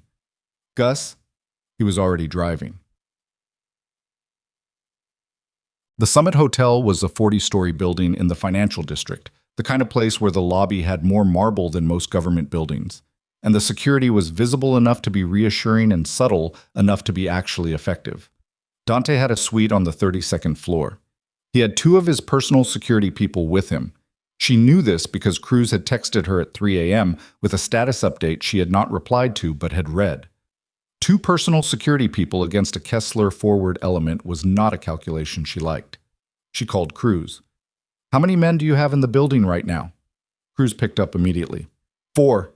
2 with Mr. Valseri, 2 in the lobby. Why, get all 4 to the 32nd floor, right now. Don't use the elevator. What's happening? I need you moving before I explain it. She heard him start moving before she finished the sentence, which told her that Cruz, whatever else he was a professional. Kessler element inbound. 1 vehicle. Unknown personnel count. They may be going for the lobby, they may be going for the parking structure, or they may already be inside. A sharp intake of breath. Inside how? Hotel staff. Check everyone on 32 who isn't a guest. Anyone you can't verify in the next 3 minutes, pull them out. She paused. And get Dante away from the windows. She ended the call. The sedan was 6 blocks out. The streets at this hour were not empty. Even at 5:30 in the morning, a city this size moved, delivery vehicles and night shift workers, and the particular insomnia of urban infrastructure. But they were thinner than they'd be in 2 hours, and Gus was moving with the calm aggression of a man who had driven in worse conditions and knew it. Her phone buzzed. Iris. Second vehicle broke from the convoy, Iris said. It's heading for the Mercer Street location. The cathedral, which was empty now but had been full of family representatives 4 hours ago, and whose basement contained, among other things, the phones that 11 men had left on a table because she had told them to. Phones that, if recovered and analyzed, could provide enough information to reconstruct a significant portion of what had been discussed. Anyone still there? Seraphine said. Fetch, Iris said. He stayed to clean the space. She called Fetch on a number she had memorized 6 months ago for reasons she hadn't fully articulated to herself at the time. He picked up on the first ring. Get out, she said. Right now. Leave everything. Get out of the building. A beat. The phones. Leave them. She thought for a quarter second. Actually, take 2 minutes. Destroy what you can. Then go. She paused. Are you armed? Always, said Fetch, with the faint dark humor of a man for whom the question was mildly offensive. 2 minutes, she said, and ended the call. Gus pulled the sedan to the curb a half block from the hotel. I can get closer. Here is fine. She was already out of the car. She moved along the sidewalk at the particular pace that is just fast enough to cover ground and just slow enough to not be running, which draws eyes in a way that fast walking doesn't. She had no weapon. She had never carried one. It had been a deliberate choice years ago, the recognition that a weapon changes how you think, and she needed to think clearly more than she needed to shoot accurately. She had always relied on other people for the shooting. She was 30 feet from the hotel entrance when the lobby doors opened from inside and a man came out who moved wrong. She knew wrong movement, the way you know a wrong note in a piece of music you've heard 1,000 times. Not through analysis, but through accumulated familiarity, the body recognizing the error before the mind has processed it. He was dressed in hotel staff uniform, but he was carrying his weight differently than a hotel employee carries weight, and his eyes were doing the thing that trained personnel's eyes do. The continuous peripheral sweep that you can learn to perform, but can never quite learn to look natural performing. He saw her at the same moment she saw him. For a fraction of a second, neither of them moved. Then she said, in a voice pitched low and entirely conversational, "The green light isn't coming." He stared at her. "Whoever you're waiting for," she said, "they're not going to send it, and the people you're working with at the warehouse are about to have a significant problem of their own." She held his gaze. "You have about 4 minutes to decide whether you want to be holding a position in this lobby when that problem arrives here." He looked at her for another long second. She watched him calculate. Not whether she was telling the truth, because her voice and her face and her stillness were communicating truth in ways that were hard to argue with, but what the calculation of truth meant for his immediate situation. He walked past her and kept walking. She went into the lobby. Cruz was at the elevator bank with two of his men, all three of them coiled with the specific alertness of people who have just been told something is wrong and haven't yet seen it. He looked at her when she came through the doors with an expression that mixed relief and alarm in roughly equal parts. 32 is clear, he said. I pulled two housekeeping staff I couldn't verify. They're being held in a service room. He paused. One of them had a device taped to the inside of his jacket. Activated? No, passive. Receiver only. His jaw was tight. They were listening, have been listening, probably since yesterday. She thought about every conversation that had happened on the 32nd floor in the last 24 hours. Dante's calls. Her own.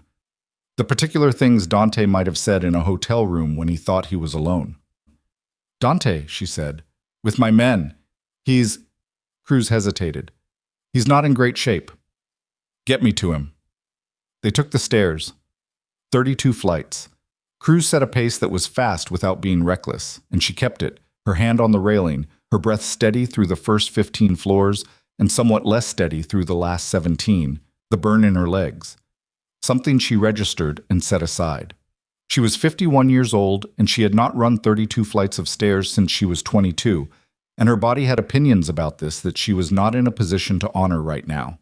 The 32nd floor hallway was empty, which was the right kind of empty, deliberately cleared rather than naturally quiet.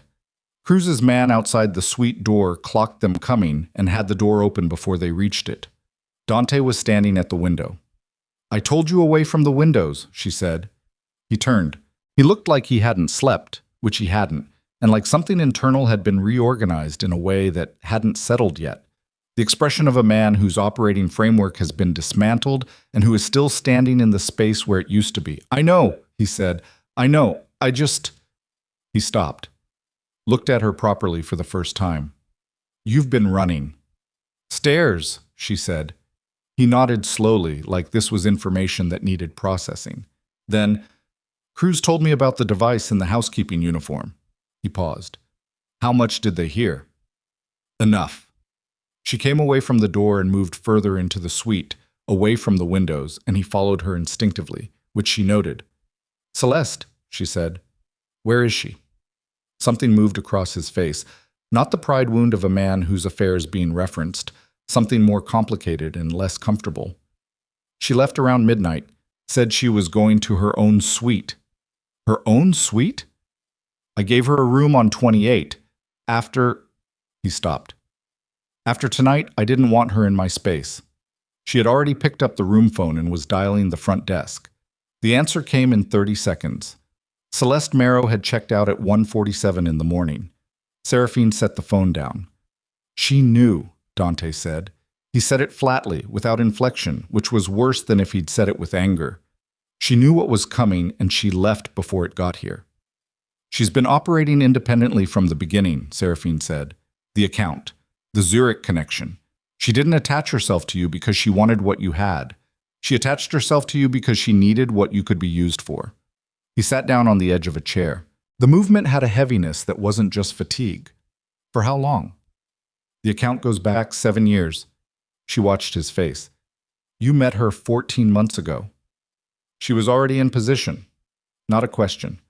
Before I even knew she existed, she was already... He pressed his hands flat on his thighs. How does someone plan something for 7 years? The same way anyone plans something, Seraphine said. They're patient, and they understand that the right person will eventually create the right opening. She paused. You created the opening. You were unhappy and proud and looking for something to be seen doing. She provided the theater. He looked at his hands. I need to know where she'd go, Seraphine said. Not her apartment. They'll be watching it. Not anyone connected to you. Someone she had before you. Someone old. He looked up. What makes you think I know anything about her life before me? Because you're the kind of man who checks, she said. Even when you pretend you don't. Even when you're choosing to be blind about other things. You check. He was quiet for a moment. Then, she mentioned a woman once. An old contact from her early days in the business. I had her looked at. Not deeply, just a surface check. Name was Renata Goss. Had a place somewhere in the western neighborhoods. He paused. Seraphine. Cruz, she said, turning to where Cruz was positioned by the door. Renata Goss. Western neighborhoods. Find the address in the next 10 minutes. She looked at Dante. What were you going to say? I was going to say... He stopped, started again. Whatever happens. With the families, with the accord, with all of it. He met her eyes. You don't need me to tell you that I was wrong. You know it. I know it. And me saying it doesn't fix anything, I understand that. His voice had lost all its usual construction, all the scaffolding of authority and controlled presentation. What was underneath was simpler and more truthful. But I need you to know that I see it. All of it. What you've been doing for 12 years. What I did to it. He paused. What I did to you. She looked at him for a long moment. That conversation has a time and a place, she said. This isn't either. I know. When this is over. She said it without making it a promise, because she didn't know yet what it was. He nodded. That was enough for now. Her phone rang. Iris. The Kessler consolidation is complete, Iris said. Full team is now at the apartment building in the financial district, all 31, and their signal blocking equipment has been activated. Activated now? The summit isn't for 2 more days? They're not waiting for the summit, Iris said. The decision from Budapest came in 12 minutes ago. I intercepted the communication. My translation is still processing, but the operational word is clear. A pause. They're moving tonight. Seraphine's hand tightened on the phone. All 31. Splitting into 3 elements. 1 for the hotel. 1 for what they believe is the ratification location. The old one, the compromised one. And 1 that I can't account for yet. 3rd element's target wasn't in the communication I intercepted. Where's the 3rd element going? Still working, Iris said. But Seraphine, the blocking equipment, it's already active in a 6-block radius around the apartment building. If the 3rd element carries a portable unit, we lose communications the moment they deploy. Yes. Seraphine looked at Cruz. The new ratification location. Victor Soren's property. How many family representatives are already on site? Cruz checked his phone. Per the last confirmation, 8 of the 12. The other 4 are en route. Can you reach Soren directly? Landline only if the blocking... Landline only, she confirmed. Get him on it now. Tell him the timeline has accelerated. They move tonight. He needs everyone off that property in the next 30 minutes. She paused. And tell him to bring whatever he has. Whatever he's been keeping in reserve. Cruz was already dialing. She turned to Dante. He was on his feet, which was where she needed him to be. The Kessler element targeting this hotel, she said. How many men can Cruz realistically put in this building in the next hour? He did the calculation without hesitation, which told her the old machinery was still running underneath everything that had happened tonight. 12, he said, maybe 14. Against a Kessler element, which will be 8 to 10. They don't waste personnel on single-target operations. So 12 against 10. With home terrain advantage, yes. He paused. But Seraphine, if the 3rd element's target is what I think it might be... He stopped. Something shifted in his face. What do you think it might be? She said carefully. You told me to stay in the hotel, he said. You didn't tell the families anything about your own movements for the next 12 hours. The operational communication Kessler intercepted from Benedetto confirmed that you had activated the accord, that you were the primary, and that you would be at the ratification. He looked at her steadily. But you weren't planning to be at the ratification, were you? You were planning to be somewhere else. She said nothing. The 3rd element isn't going to the ratification location, he said, real or otherwise. It's going wherever you were going to be, he paused. Which means Benedetto knew more than what was in his messages. He knew your plan. She felt it settle over her. Cold, specific, the particular sensation of understanding that a vulnerability you thought was closed had been open all along. Benedetto had been in that basement for 2 hours while she laid out her strategy. He had been present for the Iris Ton call reference, for the specific sequencing she'd described, for the decision about Iris's 60-hour window. He had not sent all of that in the messages she'd intercepted, but he hadn't needed to. He'd had time before Stefan took him down. He'd had another channel she hadn't found. He had an earpiece, she said. Small, Dante said. "The kind that sits in the canal. Nearly invisible unless you're looking for it." She thought about the room in the basement, the portable lights, the gold warm quality that had made everyone look like they were sitting for a portrait. How clearly you could hear, in a room with stone walls and vaulted ceilings, from anywhere in that space, everything she had said, everything she had planned, everything she had told those 11 men to do, and in what sequence and for what reasons. Benedetto Rian had heard all of it. "The Mercer Street location," she said suddenly. Iris said a Kessler element was moving toward it. "To recover the phones." "No," she said. The shape of it was assembling itself now, fast and cold. Benedetto told them the phones were there, 11 phones on a table. But Benedetto also heard me tell the room the new ratification location. She looked at Dante. "The Kessler team isn't going to Mercer Street for the phones. They're going there because they think I'm going there. Because Benedetto told them I planned to sweep the space myself before having it cleared." She had said that. In the basement. She had said she would personally verify the space before it was handed off. She had said it and then changed her mind in the car and sent Fetch instead, and had not communicated the change to anyone. Fetch was at Mercer Street, alone. She called him. The line gave her a sound that was not a ring and not a busy signal, but the flat non-sound of a blocked call. The electronic silence of a signal that found nothing on the other end. The portable blocking unit, already deployed. She looked at the time on her phone.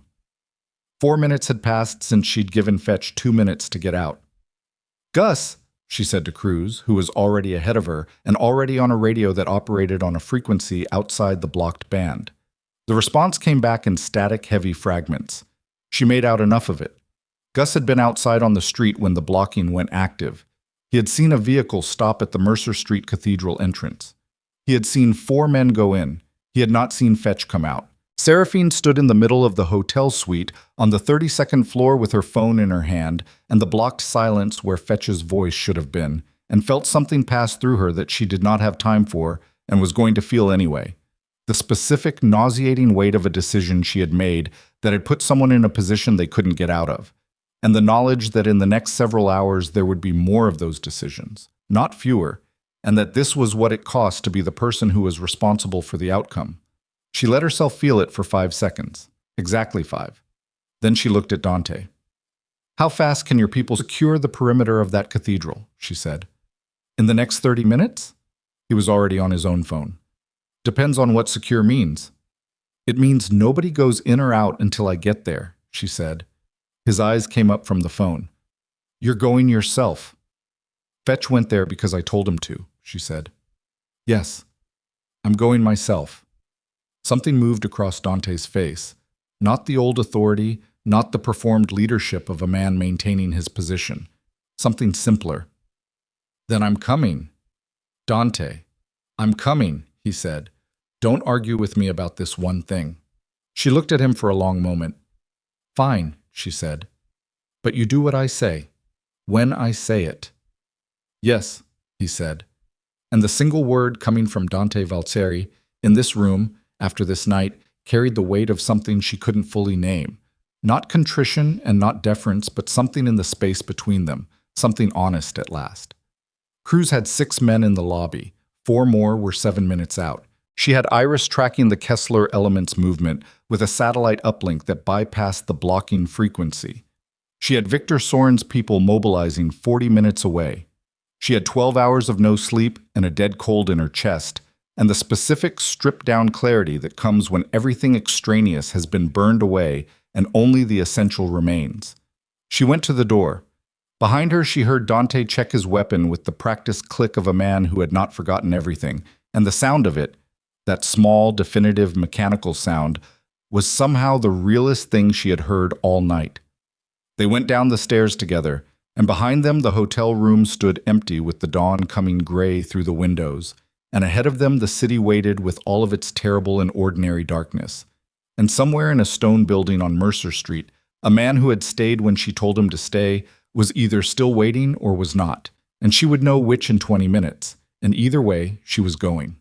The Mercer Street Cathedral was dark from the outside, which meant nothing, and silent, which meant less. Seraphine stood half a block away with Cruz beside her and Dante one step back, and 6 of Cruz's men spread across the adjacent block in positions that covered the main entrance, the side door she had used the night before, and the loading access at the rear that most people didn't know existed. The dawn had not fully arrived.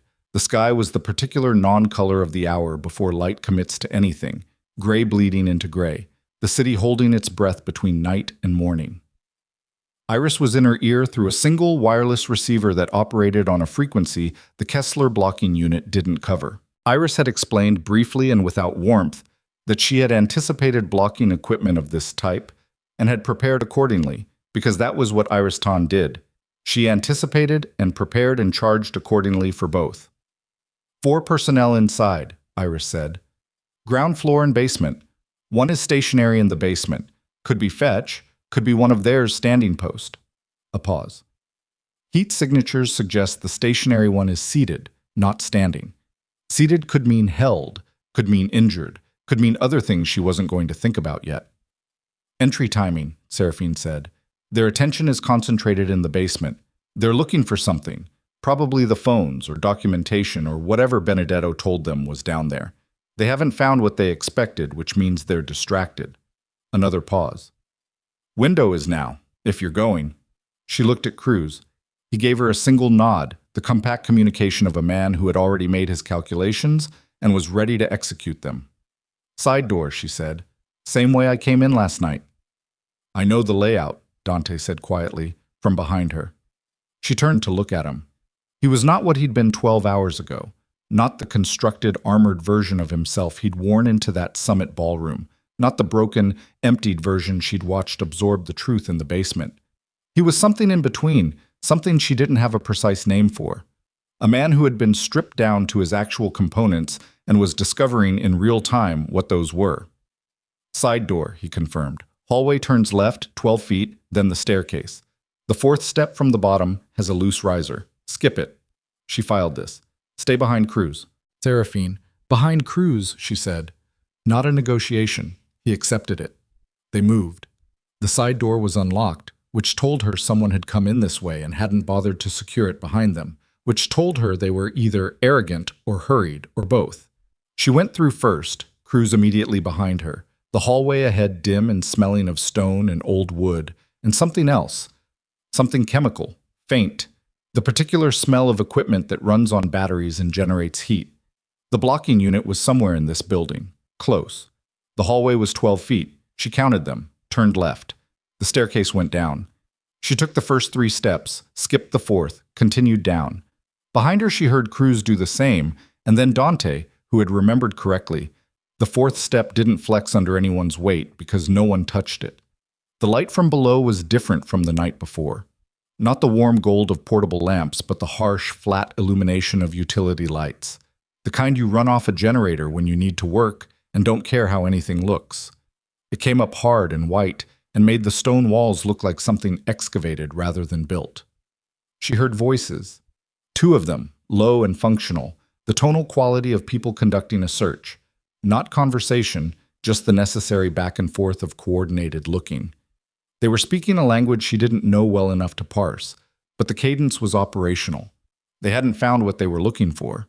She reached the bottom of the stairs. The room was not as she'd left it. The table was still there, but the chairs had been displaced, several overturned, the portable lamps from the night before pushed to the walls to make room for the utility lights the Kessler team had brought. The phones, the 11 phones she'd told the room to leave on the table, were gone, presumably already bagged. Fetch was in the corner. He was seated on the floor with his back against the stone wall and his wrists secured behind him with the particular efficient restraint of people who do this regularly. There was dried blood on the side of his face from a cut above his ear, and his eyes were open and tracking, which was the first thing she checked. And when they found her face, the expression in them moved through relief and something harder to name. Not shame, exactly, but the specific discomfort of a man who has been found in a position he considers professionally unacceptable. She held up one finger. He understood. He stayed still. The 2 Kessler personnel were at the far end of the room, their backs to the stairs, going through what remained of the documentation that had been left. Cruz came off the last step and moved left. Dante came off behind her, and she put her hand flat on his chest without looking at him, and he stopped, and she moved right. What followed lasted approximately 40 seconds, and she would not be able to reconstruct it in precise sequence afterward. That was how it always worked, she knew. The brain's narrative function couldn't keep up with that kind of compressed time. It just recorded fragments and assembled them later into something that felt like memory, but was really more like an argument about what had happened. She remembered Cruz moving with the controlled speed of a man who had done this in worse light in smaller spaces. She remembered the sound of the utility lights swinging on their cables when the table went over. She remembered one of the Kessler men turning and seeing her and making a calculation about her that was wrong in the way that men's calculations about her tended to be wrong, underestimating both the threat level and the direction it came from. And then Cruz was between them and the calculation became moot. 40 seconds. 2 men on the floor. Neither dead. Cruz was precise about these things when precision was available. She crossed the room to fetch and crouched in front of him. Up close, the cut above his ear was worse than it had looked from the stairs. Not dangerous, probably, but the kind of thing that needed attention. "How many came in?" she said. 4, he said. His voice was level. "The other 2 went up. I heard them on the floor above about 10 minutes ago. Haven't come down." She looked at Cruz. "Stefan is on the upper floor with 2 men, Cruz said. He had his radio out on the alternative frequency. "They've been contained up there for the last 8 minutes, waiting on your word." She stood. "Tell him to bring them down." She pulled out the utility knife she'd taken from Cruz's kit before they left the hotel and cut the restraints on Fetch's wrists. He brought his arms forward and rolled his shoulders with the careful movement of a man checking for damage and finding more than he'd like but less than he feared.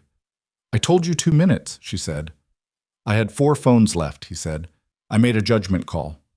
"Your judgment call put you on that floor for 6 hours." "Yes," he said simply. "It did." She looked at him for a moment. Then she helped him to his feet, which he accepted without comment. The 2 men Stefan brought down from the upper floor were younger than the ones Cruz had put down, mid-30s, professional, with the particular blank readiness of people who have been trained to manage fear by removing it from the operational equation. They looked at the room, at Cruz's men, at Seraphine. They made no move that would have justified a response. She looked at them. "Your primary contact," she said. "Budapest. Did you reach them before the communication went silent?" The older of the 2, older by maybe 3 years, identifiable as the senior by the micro-differences the other one made, looked at her steadily. "We received final authorization 2 hours ago. To move tonight." "Yes." "And the other 2 elements, what are their current positions?" He said nothing. "I'm not asking for military intelligence," she said. "I'm asking whether your colleagues are currently walking into situations that are going to get them killed, and whether you'd like me to prevent that." She paused. "The ratification location they were given is empty, has been since last night, and the hotel element is walking into a building with 14 armed men waiting for them." She held his gaze. "I don't particularly care about the professional outcomes for your organization. But unnecessary deaths complicate what comes next, and what comes next is going to happen regardless of what occurs in the next 2 hours. He looked at her for a long time. The assessment was visible, not of her honesty, she thought, but of her position, the calculations of a professional trying to determine the actual geometry of what he was standing in. "The hotel element has a recall code," he said finally, "if the primary objective cannot be achieved." "Give it to Cruz," she said. He looked at Cruz, then back at her. "The recall won't work on the 3rd element." She went still. "Why not?" "The 3rd element doesn't answer to the same command structure." He paused. "They're contractors. Separate hire. Brought in specifically for—" He stopped. "For me," she said. He said nothing, which was confirmation enough. She looked at Cruz. "Iris," she said. Iris was already in her ear. "I heard. 3rd element is 5 personnel, currently mobile. I've been tracking them for the last 20 minutes. They were at the warehouse, then the apartment building, and they're currently moving south through the financial district." A pause. "Seraphine. They're not heading toward this hotel or the ratification site. Where are they heading?" "I'm looking at the route pattern, and the only logical terminus is—" A pause that lasted 1 second too long. "The Voss family property. the house your grandfather owned. The house was empty, had been empty for 9 years since her grandfather died. She had kept the property for reasons she'd never fully examined, sentiment, or the particular difficulty of selling the last physical remnant of someone you missed, or perhaps something closer to instinct, the sense that she might need it one day in a way she couldn't specify in advance. Benedetto had known about the house. Of course he had. Benedetto had known everything. The house was 20 minutes away. She looked at the time. She looked at Fetch, who was standing on his own now with his hand pressed against the cut above his ear, using pressure to manage what he couldn't currently do anything else about. She looked at Dante, who had stayed by the staircase throughout, and whose face had the careful blankness of a man holding himself out of decisions he understands are not his to make. "Dante," she said. "Yes." "The property on Voss Street, the old house. Can your people get there in 15 minutes? 10, he said. "If I call them now." "Call them now." He was already on the phone. The Voss family house was a narrow 3-story building in a residential neighborhood that had been expensive once and was expensive again now, having cycled through the particular urban trajectory of decline and recovery that old money neighborhoods follow when the old money moves out and new money discovers the bones. Her grandfather had bought it in the 1960s and had never sold it because he was not a man who sold things. He accumulated and held and passed on, which was one of the ways he was different from the world he moved in, where everything was transactional. She arrived with crews and 2 men at 12 minutes. Dante's people were already there, 6 of them, positioned along the block, with the professional invisibility of people who were very good at looking like they belonged somewhere. The third element had arrived first. She could see the evidence of it in the front door, which was open in a way that front doors of empty houses don't open on their own. 5 contractors. She had 5 of Cruz's men visible, and knew 2 more were in the alley at the rear because she had told Cruz to put them there. "They're inside," Iris said in her ear. "Ground floor and second floor. They're looking for something." She stood on the sidewalk in front of her grandfather's house in the pre-dawn gray, and understood, with the cold clarity of exhaustion and adrenaline in combination, what they were looking for. The letters. Not the copies, says. She had those, the Accord documentation, the family seals, all of it. But the originals. The original Black Accord framework, which Edvard Voss had written by hand in a leather document case that had sat in the study of this house for 30 years. Benedetto had known about it. Had known, perhaps, that the copies could be disputed, challenged, that the original in Edvard Voss's own handwriting was the piece of the architecture that made everything else unassailable. If the Kessler contractors destroyed the original, the Accord could be contested. Not immediately. There were witnesses, there were the family representatives, there was the lived reality of what had happened in that basement. But over time, in the legal and quasi-legal maneuvering that always followed these things, the absence of the primary document would be a wound that something opportunistic could get into. She went through the front door. The house smelled like 9 years of emptiness, dust and old wood, and the faint chemical smell of a place that had been cleaned periodically by people who didn't live there. She knew the layout the way she knew her own body, through accumulated unconscious familiarity. Front hallway, 8 feet, staircase to the right, sitting room to the left. At the end of the hall, her grandfather's study. The study door was open. The light inside was moving. Flashlights, 2 of them. The beams crossing each other in the way they do when 2 people are searching the same space simultaneously. She heard Cruz behind her make a sound that was not quite a word, and knew without looking that he had seen what she had seen, the second-floor landing above them, where the light moving on the wall suggested at least one more person, and the particular creak of old floorboards that meant weight was being distributed differently than the house was accustomed to. 3 of them on 2 floors. 2 more somewhere she hadn't located. She moved down the hallway. The study was how she remembered it. The desk, the shelves, the particular quality of a room that had been thought in by the same person for decades, and had absorbed something of that use into its walls. The 2 contractors had pulled books from the lower shelves and were working through the panels behind them with the methodical efficiency of people who had been told there was a hidden space and were confident in its approximate location. They were correct about the approximate location. Her grandfather had built the concealment into the paneling behind the north shelf in 1971. What they were not going to find without knowing the specific mechanism was the release, which was not a panel or a latch, but a particular book, 3rd shelf, positioned with its spine 3/4 of an inch further out than its neighbors, which functioned as a lever when pulled upward at a specific angle. She watched them work for a moment from the doorway. Cruz appeared at her left shoulder. One of the contractors turned, saw them, and made a fast decision that Cruz ended faster. The second one lasted slightly longer. He was good, fast, trained, committed, and the 4 seconds it took Cruz and his man to put him down were 4 seconds of the kind of physical reality that is nothing like what you see in films, graceless and effortful and painful for everyone involved. Cruz took something to the ribs that made him exhale sharply and would leave marks. His man took a forearm to the face. Neither of them stopped. Then it was over and both contractors were down, and Seraphine crossed the room to the north shelf and found the book, Edvard Voss's annotated copy of A History of Byzantine Trade Routes, which had always struck her as appropriate, and pulled it upward at the specific angle. The panel opened. The leather document case was where it had been for 30 years. She took it out and held it and felt the weight of it, which was not heavy in the physical sense, a few hundred grams at most, but was the kind of weight that has nothing to do with mass. A sound behind her. Not Cruz. She turned. Celeste Marrow was standing in the doorway of the study. She was not dressed for the summit anymore. She had changed into the kind of clothes that said travel, dark, practical, nothing that would photograph memorably. She had a bag over one shoulder.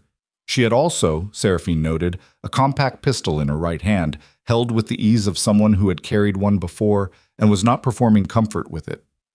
"I need that," Celeste said. Her voice was steady. Seraphine looked at her, at the gun, at the document case in her own hands. "You came yourself," Seraphine said.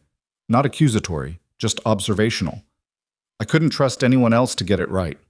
A pause. "And I didn't think you'd be here. I thought you'd send people." "I did send people." "And came yourself." Something moved across Celeste's face that was not quite respect, but was in the same neighborhood. "You're more like your grandfather than anyone knew." "You knew him?" "I knew of him. Spent 7 years learning everything about the Accord before I ever approached anyone connected to it." Her eyes moved to the document case. "I'm not trying to destroy it. I want you to understand that. I'm not Kessler. I'm not Corvin Laszlo." She paused. "I'm someone who spent 7 years building toward a specific position and watched it disassemble in one night because I underestimated you." "What position?" Seraphine said. "The one you're standing in," Celeste said simply. The room was quiet for a moment. Somewhere above them, Seraphine could hear the controlled sounds of the remaining contractors being handled by Dante's people, the thump and scrape of a short, decisive resolution, the kind that ends with some people standing and others not. "You wanted the Accord," Seraphine said. "I wanted what the Accord represents, the actual functional center, not the necklace, not the title, the thing behind it, the position from which one person can see the whole board." She paused. "I'm very good at seeing boards. I've spent my entire life seeing boards." "You used Dante to get close to it." "Yes. No shame in the word, just fact." "And Corvin?" "Corvin was a tool. He thought we were partners. He was wrong." Her jaw tightened fractionally. "He was also sloppy, which is why this is not going according to the original design." Seraphine looked at her, at the gun, at the particular quality of Celeste Marrow's face, not villainous, not even especially cold, but the face of someone who had made a long series of decisions and was standing at the end of them and was clear-eyed enough to see exactly where she was. "You could shoot me," Seraphine said. "You'd have the case. You'd have the original document. You still wouldn't have the position." "I know," Celeste said, "because the position isn't in this case." "I know that too," she said. And the way she said it, quieter, the professional composure giving way to something more exposed, told Seraphine that this was the real wound, the understanding that she had been right about everything tactical and wrong about the one thing that mattered. "Then what is the gun for?" Seraphine said. A long pause. Celeste's hand with the gun lowered 2 inches, not dropped, just lowered. "I don't know," she said, and it was possibly the most honest thing anyone had said in the last 12 hours. Cruz moved. It was over in 1 second.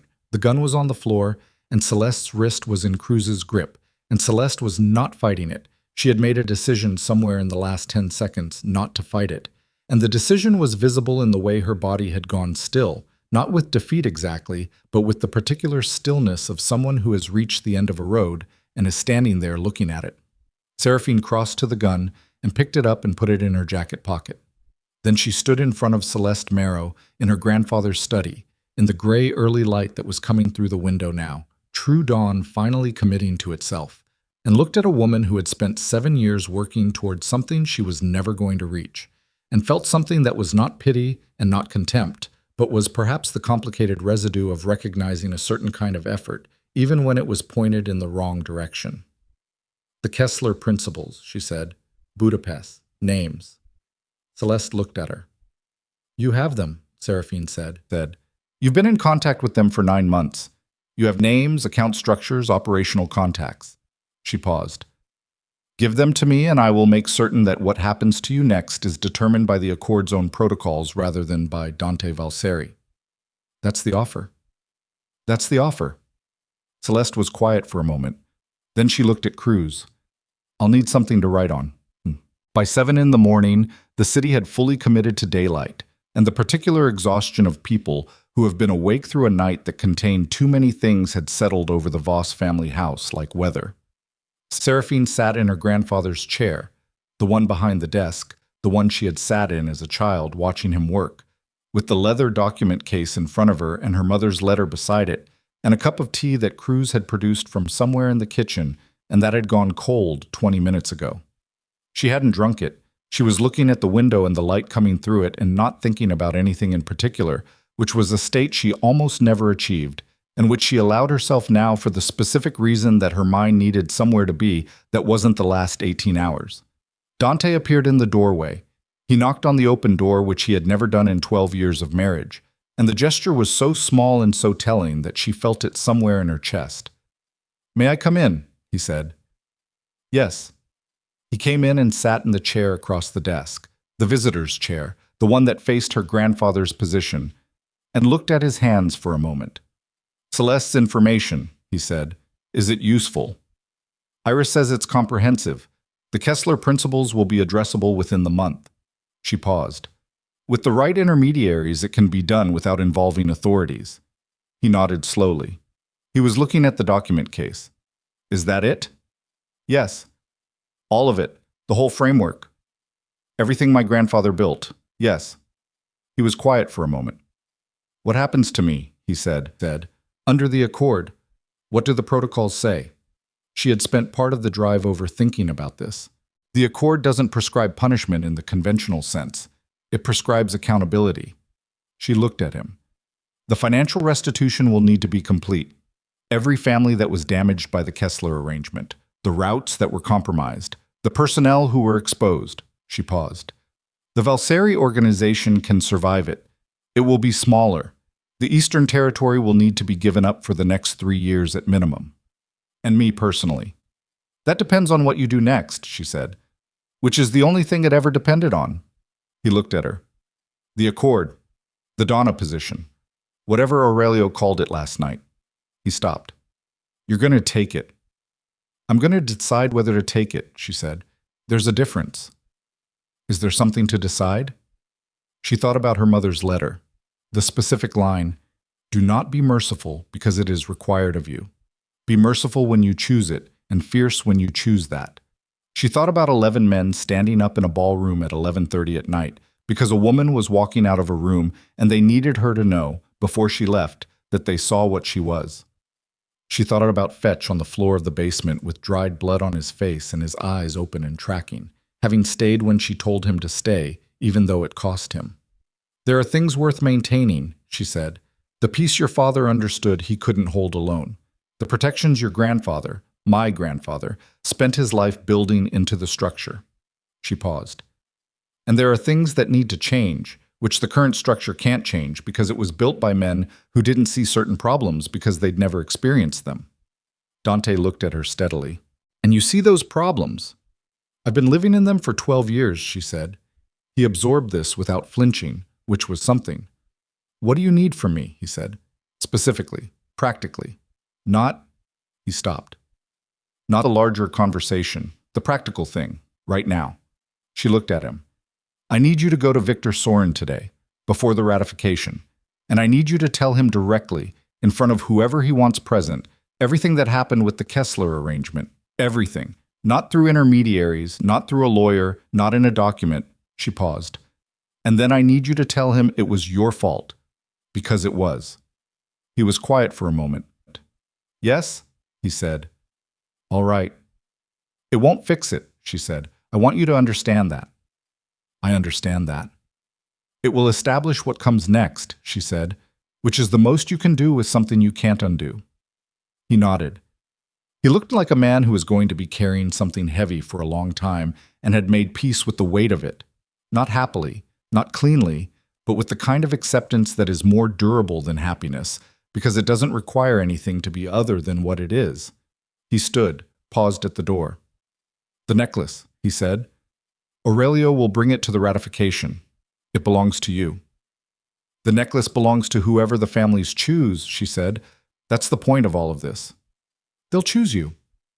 Then they'll choose me, she said. But not because of what happened last night, because of what happens after. He looked at her one more time.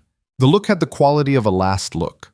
Not a goodbye exactly, but the specific quality of looking at something you have finally seen correctly and understanding that the correct scene comes with its own kind of loss, the loss of the version of the thing you were seeing wrong. Then he left. She sat alone in her grandfather's study with his document case and her mother's letter, and the cold tea and the light coming through the window and the specific, complicated quiet of a woman at the end of something long and the beginning of something that didn't have a name yet. The ratification happened 2 days later, at Victor Soren's reserve property, in a room that held 12 families and no cameras and no record that would ever surface in any official capacity. Dante was not present. He had gone to Victor Soren the morning after, as he'd said he would, and what happened in that meeting was between them and the men Soren had chosen to witness it, and Seraphine did not ask for a full account because she didn't need one. She had learned, over 12 years, the difference between information that was necessary and information that was merely satisfying. The Kessler principles were addressed 17 days later through intermediaries that Iris Tan coordinated and that Seraphine funded from the Voss and Partners account that had existed for 11 years for exactly this kind of purpose. The 3 principals in Budapest did not go to prison, which would have required official channels and the exposure of things that needed to remain unexposed.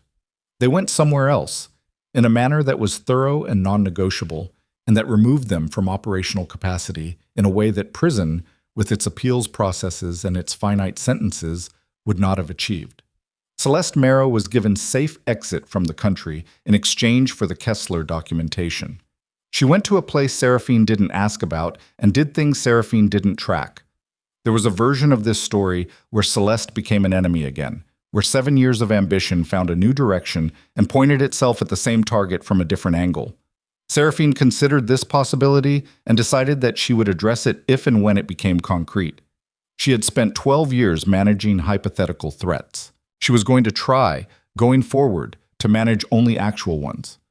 Corvin Laszlo and Benedetto Ryan were handled by the Accord's own protocols, specifically by the provision that Edvard Voss had written in 1974 that addressed what happened when members of the compact violated its fundamental terms.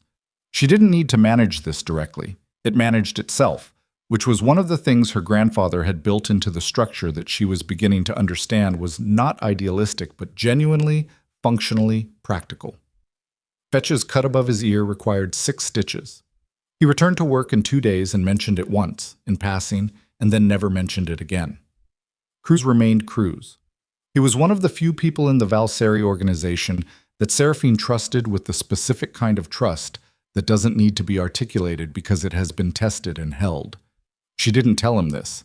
He knew it, which made telling him unnecessary. The night before the ratification, she went back to the Voss family house alone. She sat in her grandfather's study in the dark and did not turn on any lights. She sat with the leather document case in her lap and her mother's letter folded in her jacket and the particular quality of silence that old houses have at night. Not empty silence, but accumulated silence. The silence of rooms that have held a long time. She thought about what Aurelio had said in the basement. She is no longer simply Dante's wife. She thought about the 12 years before that sentence was possible, and what those years had cost, and what they had built, and whether the second thing justified the first. She didn't arrive at a clean answer, which she had expected. The kind of life she had lived didn't produce clean answers. It produced people who had learned to make decisions in the absence of clean answers, which was something different and arguably more useful. She thought about her grandfather sitting in this chair, the particular way he held a coffee cup, the specific patience of a man who had understood, decades before she was born, that the most important work is usually invisible and that the people doing the most important work are usually the people nobody is watching. She had been the person nobody was watching for 12 years. She thought about whether she wanted to be the person everyone was watching for whatever came next. She sat with the question until the question settled into something that was not quite an answer but was close enough to proceed on. At the ratification, Aurelio Ferrara placed the Donna necklace on the table in front of her, and the 12 families signified their choice in the way the accord specified. Not by applause, not by signatures, but by each representative standing and remaining standing until all 12 were on their feet. It took approximately 40 seconds. Victor Sorin stood first, which nobody was surprised by. Marco Vidal stood second, which some people were. The last to stand was the representative of the Laszlo family, Corvin's nephew, newly elevated, young enough that some of the older men were still adjusting to his face at the table. And he stood with the particular care of a man who is making a deliberate choice rather than a reflexive one, which Seraphine respected more than she would have respected speed. She looked at the necklace on the table for a long moment. Then she picked it up. She did not put it on. She held it in both hands, the black diamond pendant catching the room's light and refracting it in that particular unsettling way. And she looked around the table at 12 men who had kept her grandfather's secret and betrayed it, and been complicit in its erosion, and been faithful to its purpose, and everything in between, because that was what 12 families were, everything in between, the entire complicated range of what people were capable of when they were afraid, and when they were brave, and when they were neither. "The necklace will be held in trust," she said. "Not by me and not by any single family. By the accord itself, which means by all of us together." She set it back on the table. "If we're doing this, if we're actually doing what my grandfather designed rather than what we've been doing for the last 30 years, which was the idea of what he designed, then we start here, with the symbol." She looked around the room. "Power that has to be displayed is power that doesn't trust itself. We can do better than this." The room was quiet. Victor Sorin, who was 73 years old and had seen enough things to have lost his capacity for surprise, looked at her with an expression that suggested he had not entirely lost it after all. "What do you want to do with it?" he said. "Lock it in a vault," she said.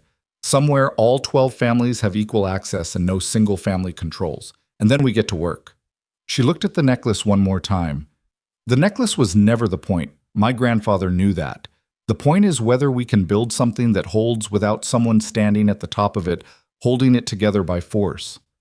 "Can we?" Marco Vidal said, his economist's voice, but underneath it something that wasn't calculation. "I don't know," she said, "but that's what we're going to find out."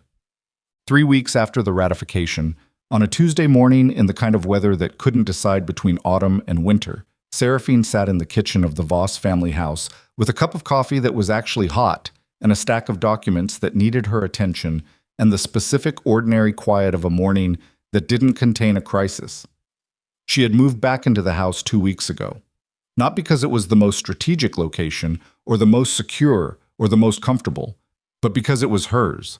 The most genuinely hers of any place she could think of, the place where she understood what she was before anyone else's definition of her had a chance to take hold. She had divorced Dante. The paperwork had been handled with the particular efficiency of attorneys who understood that their clients needed this to be clean and were going to make it clean regardless of what it required. Dante had not contested anything. He had signed what needed to be signed and had once, in a brief exchange outside a lawyer's office, looked at her with the expression she still didn't have a precise name for and had said simply, "I hope it amounts to something." She had understood what he meant by it and had said, "It will have to." And they had gone their separate ways on a sidewalk in the financial district on a gray afternoon, and that had been the end of 12 years. She did not feel clean about it, which she had expected. The end of something long doesn't feel clean. It feels like the specific weight of time, all the time, the good parts and the terrible parts, and the ordinary parts that accumulate to make up the bulk of a life, settling into a shape you now have to carry forward. She drank her coffee and looked at the documents and thought about what Aurelio had said in the basement, which she kept returning to like a stone in a pocket that you keep finding under your fingers. He also understood that whoever eventually activated the accord would need to have earned it without knowing they were earning it. Because that was the only way to know it was real. She had been earning something for 12 years without knowing it. That was true.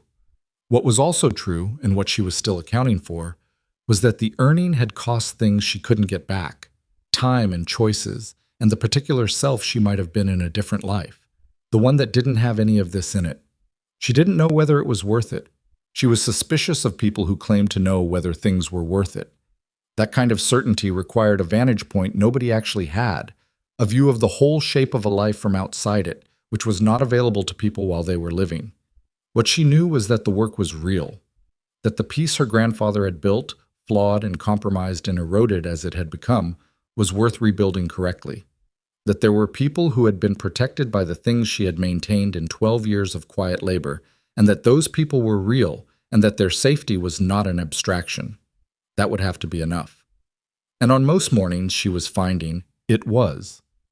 The Donna Necklace sat in a vault beneath a building jointly administered by 3 of the 12 families, in a room that required the physical presence of 2 family representatives to open, which meant it could not be accessed unilaterally by anyone. She had checked once, 3 days after the ratification, standing in the vault room alone with the case locked in front of her and the cold air of the underground room on her face. She had not opened the case. She had just stood there for a few minutes and then left. The greatest symbol of power she had ever touched was inside that case. It had been placed around her neck once, removed by force, restored by choice, and put away by her own hand. She did not miss it. She was not sure she had ever missed it, which was possibly the thing that had made her the right person to hold it, that she had wanted what it represented, not what it was. She turned back to her documents. There was work to do. There was always work to do. The difference was that now she chose it. Outside the window, the city moved through its indifferent and ordinary morning, and the woman who had changed the shape of something vast and old and dangerous, without anyone understanding what she was doing, sat at her grandfather's kitchen table and got to work, unhurried, with both hands, in the only way she had ever known how to do anything that mattered.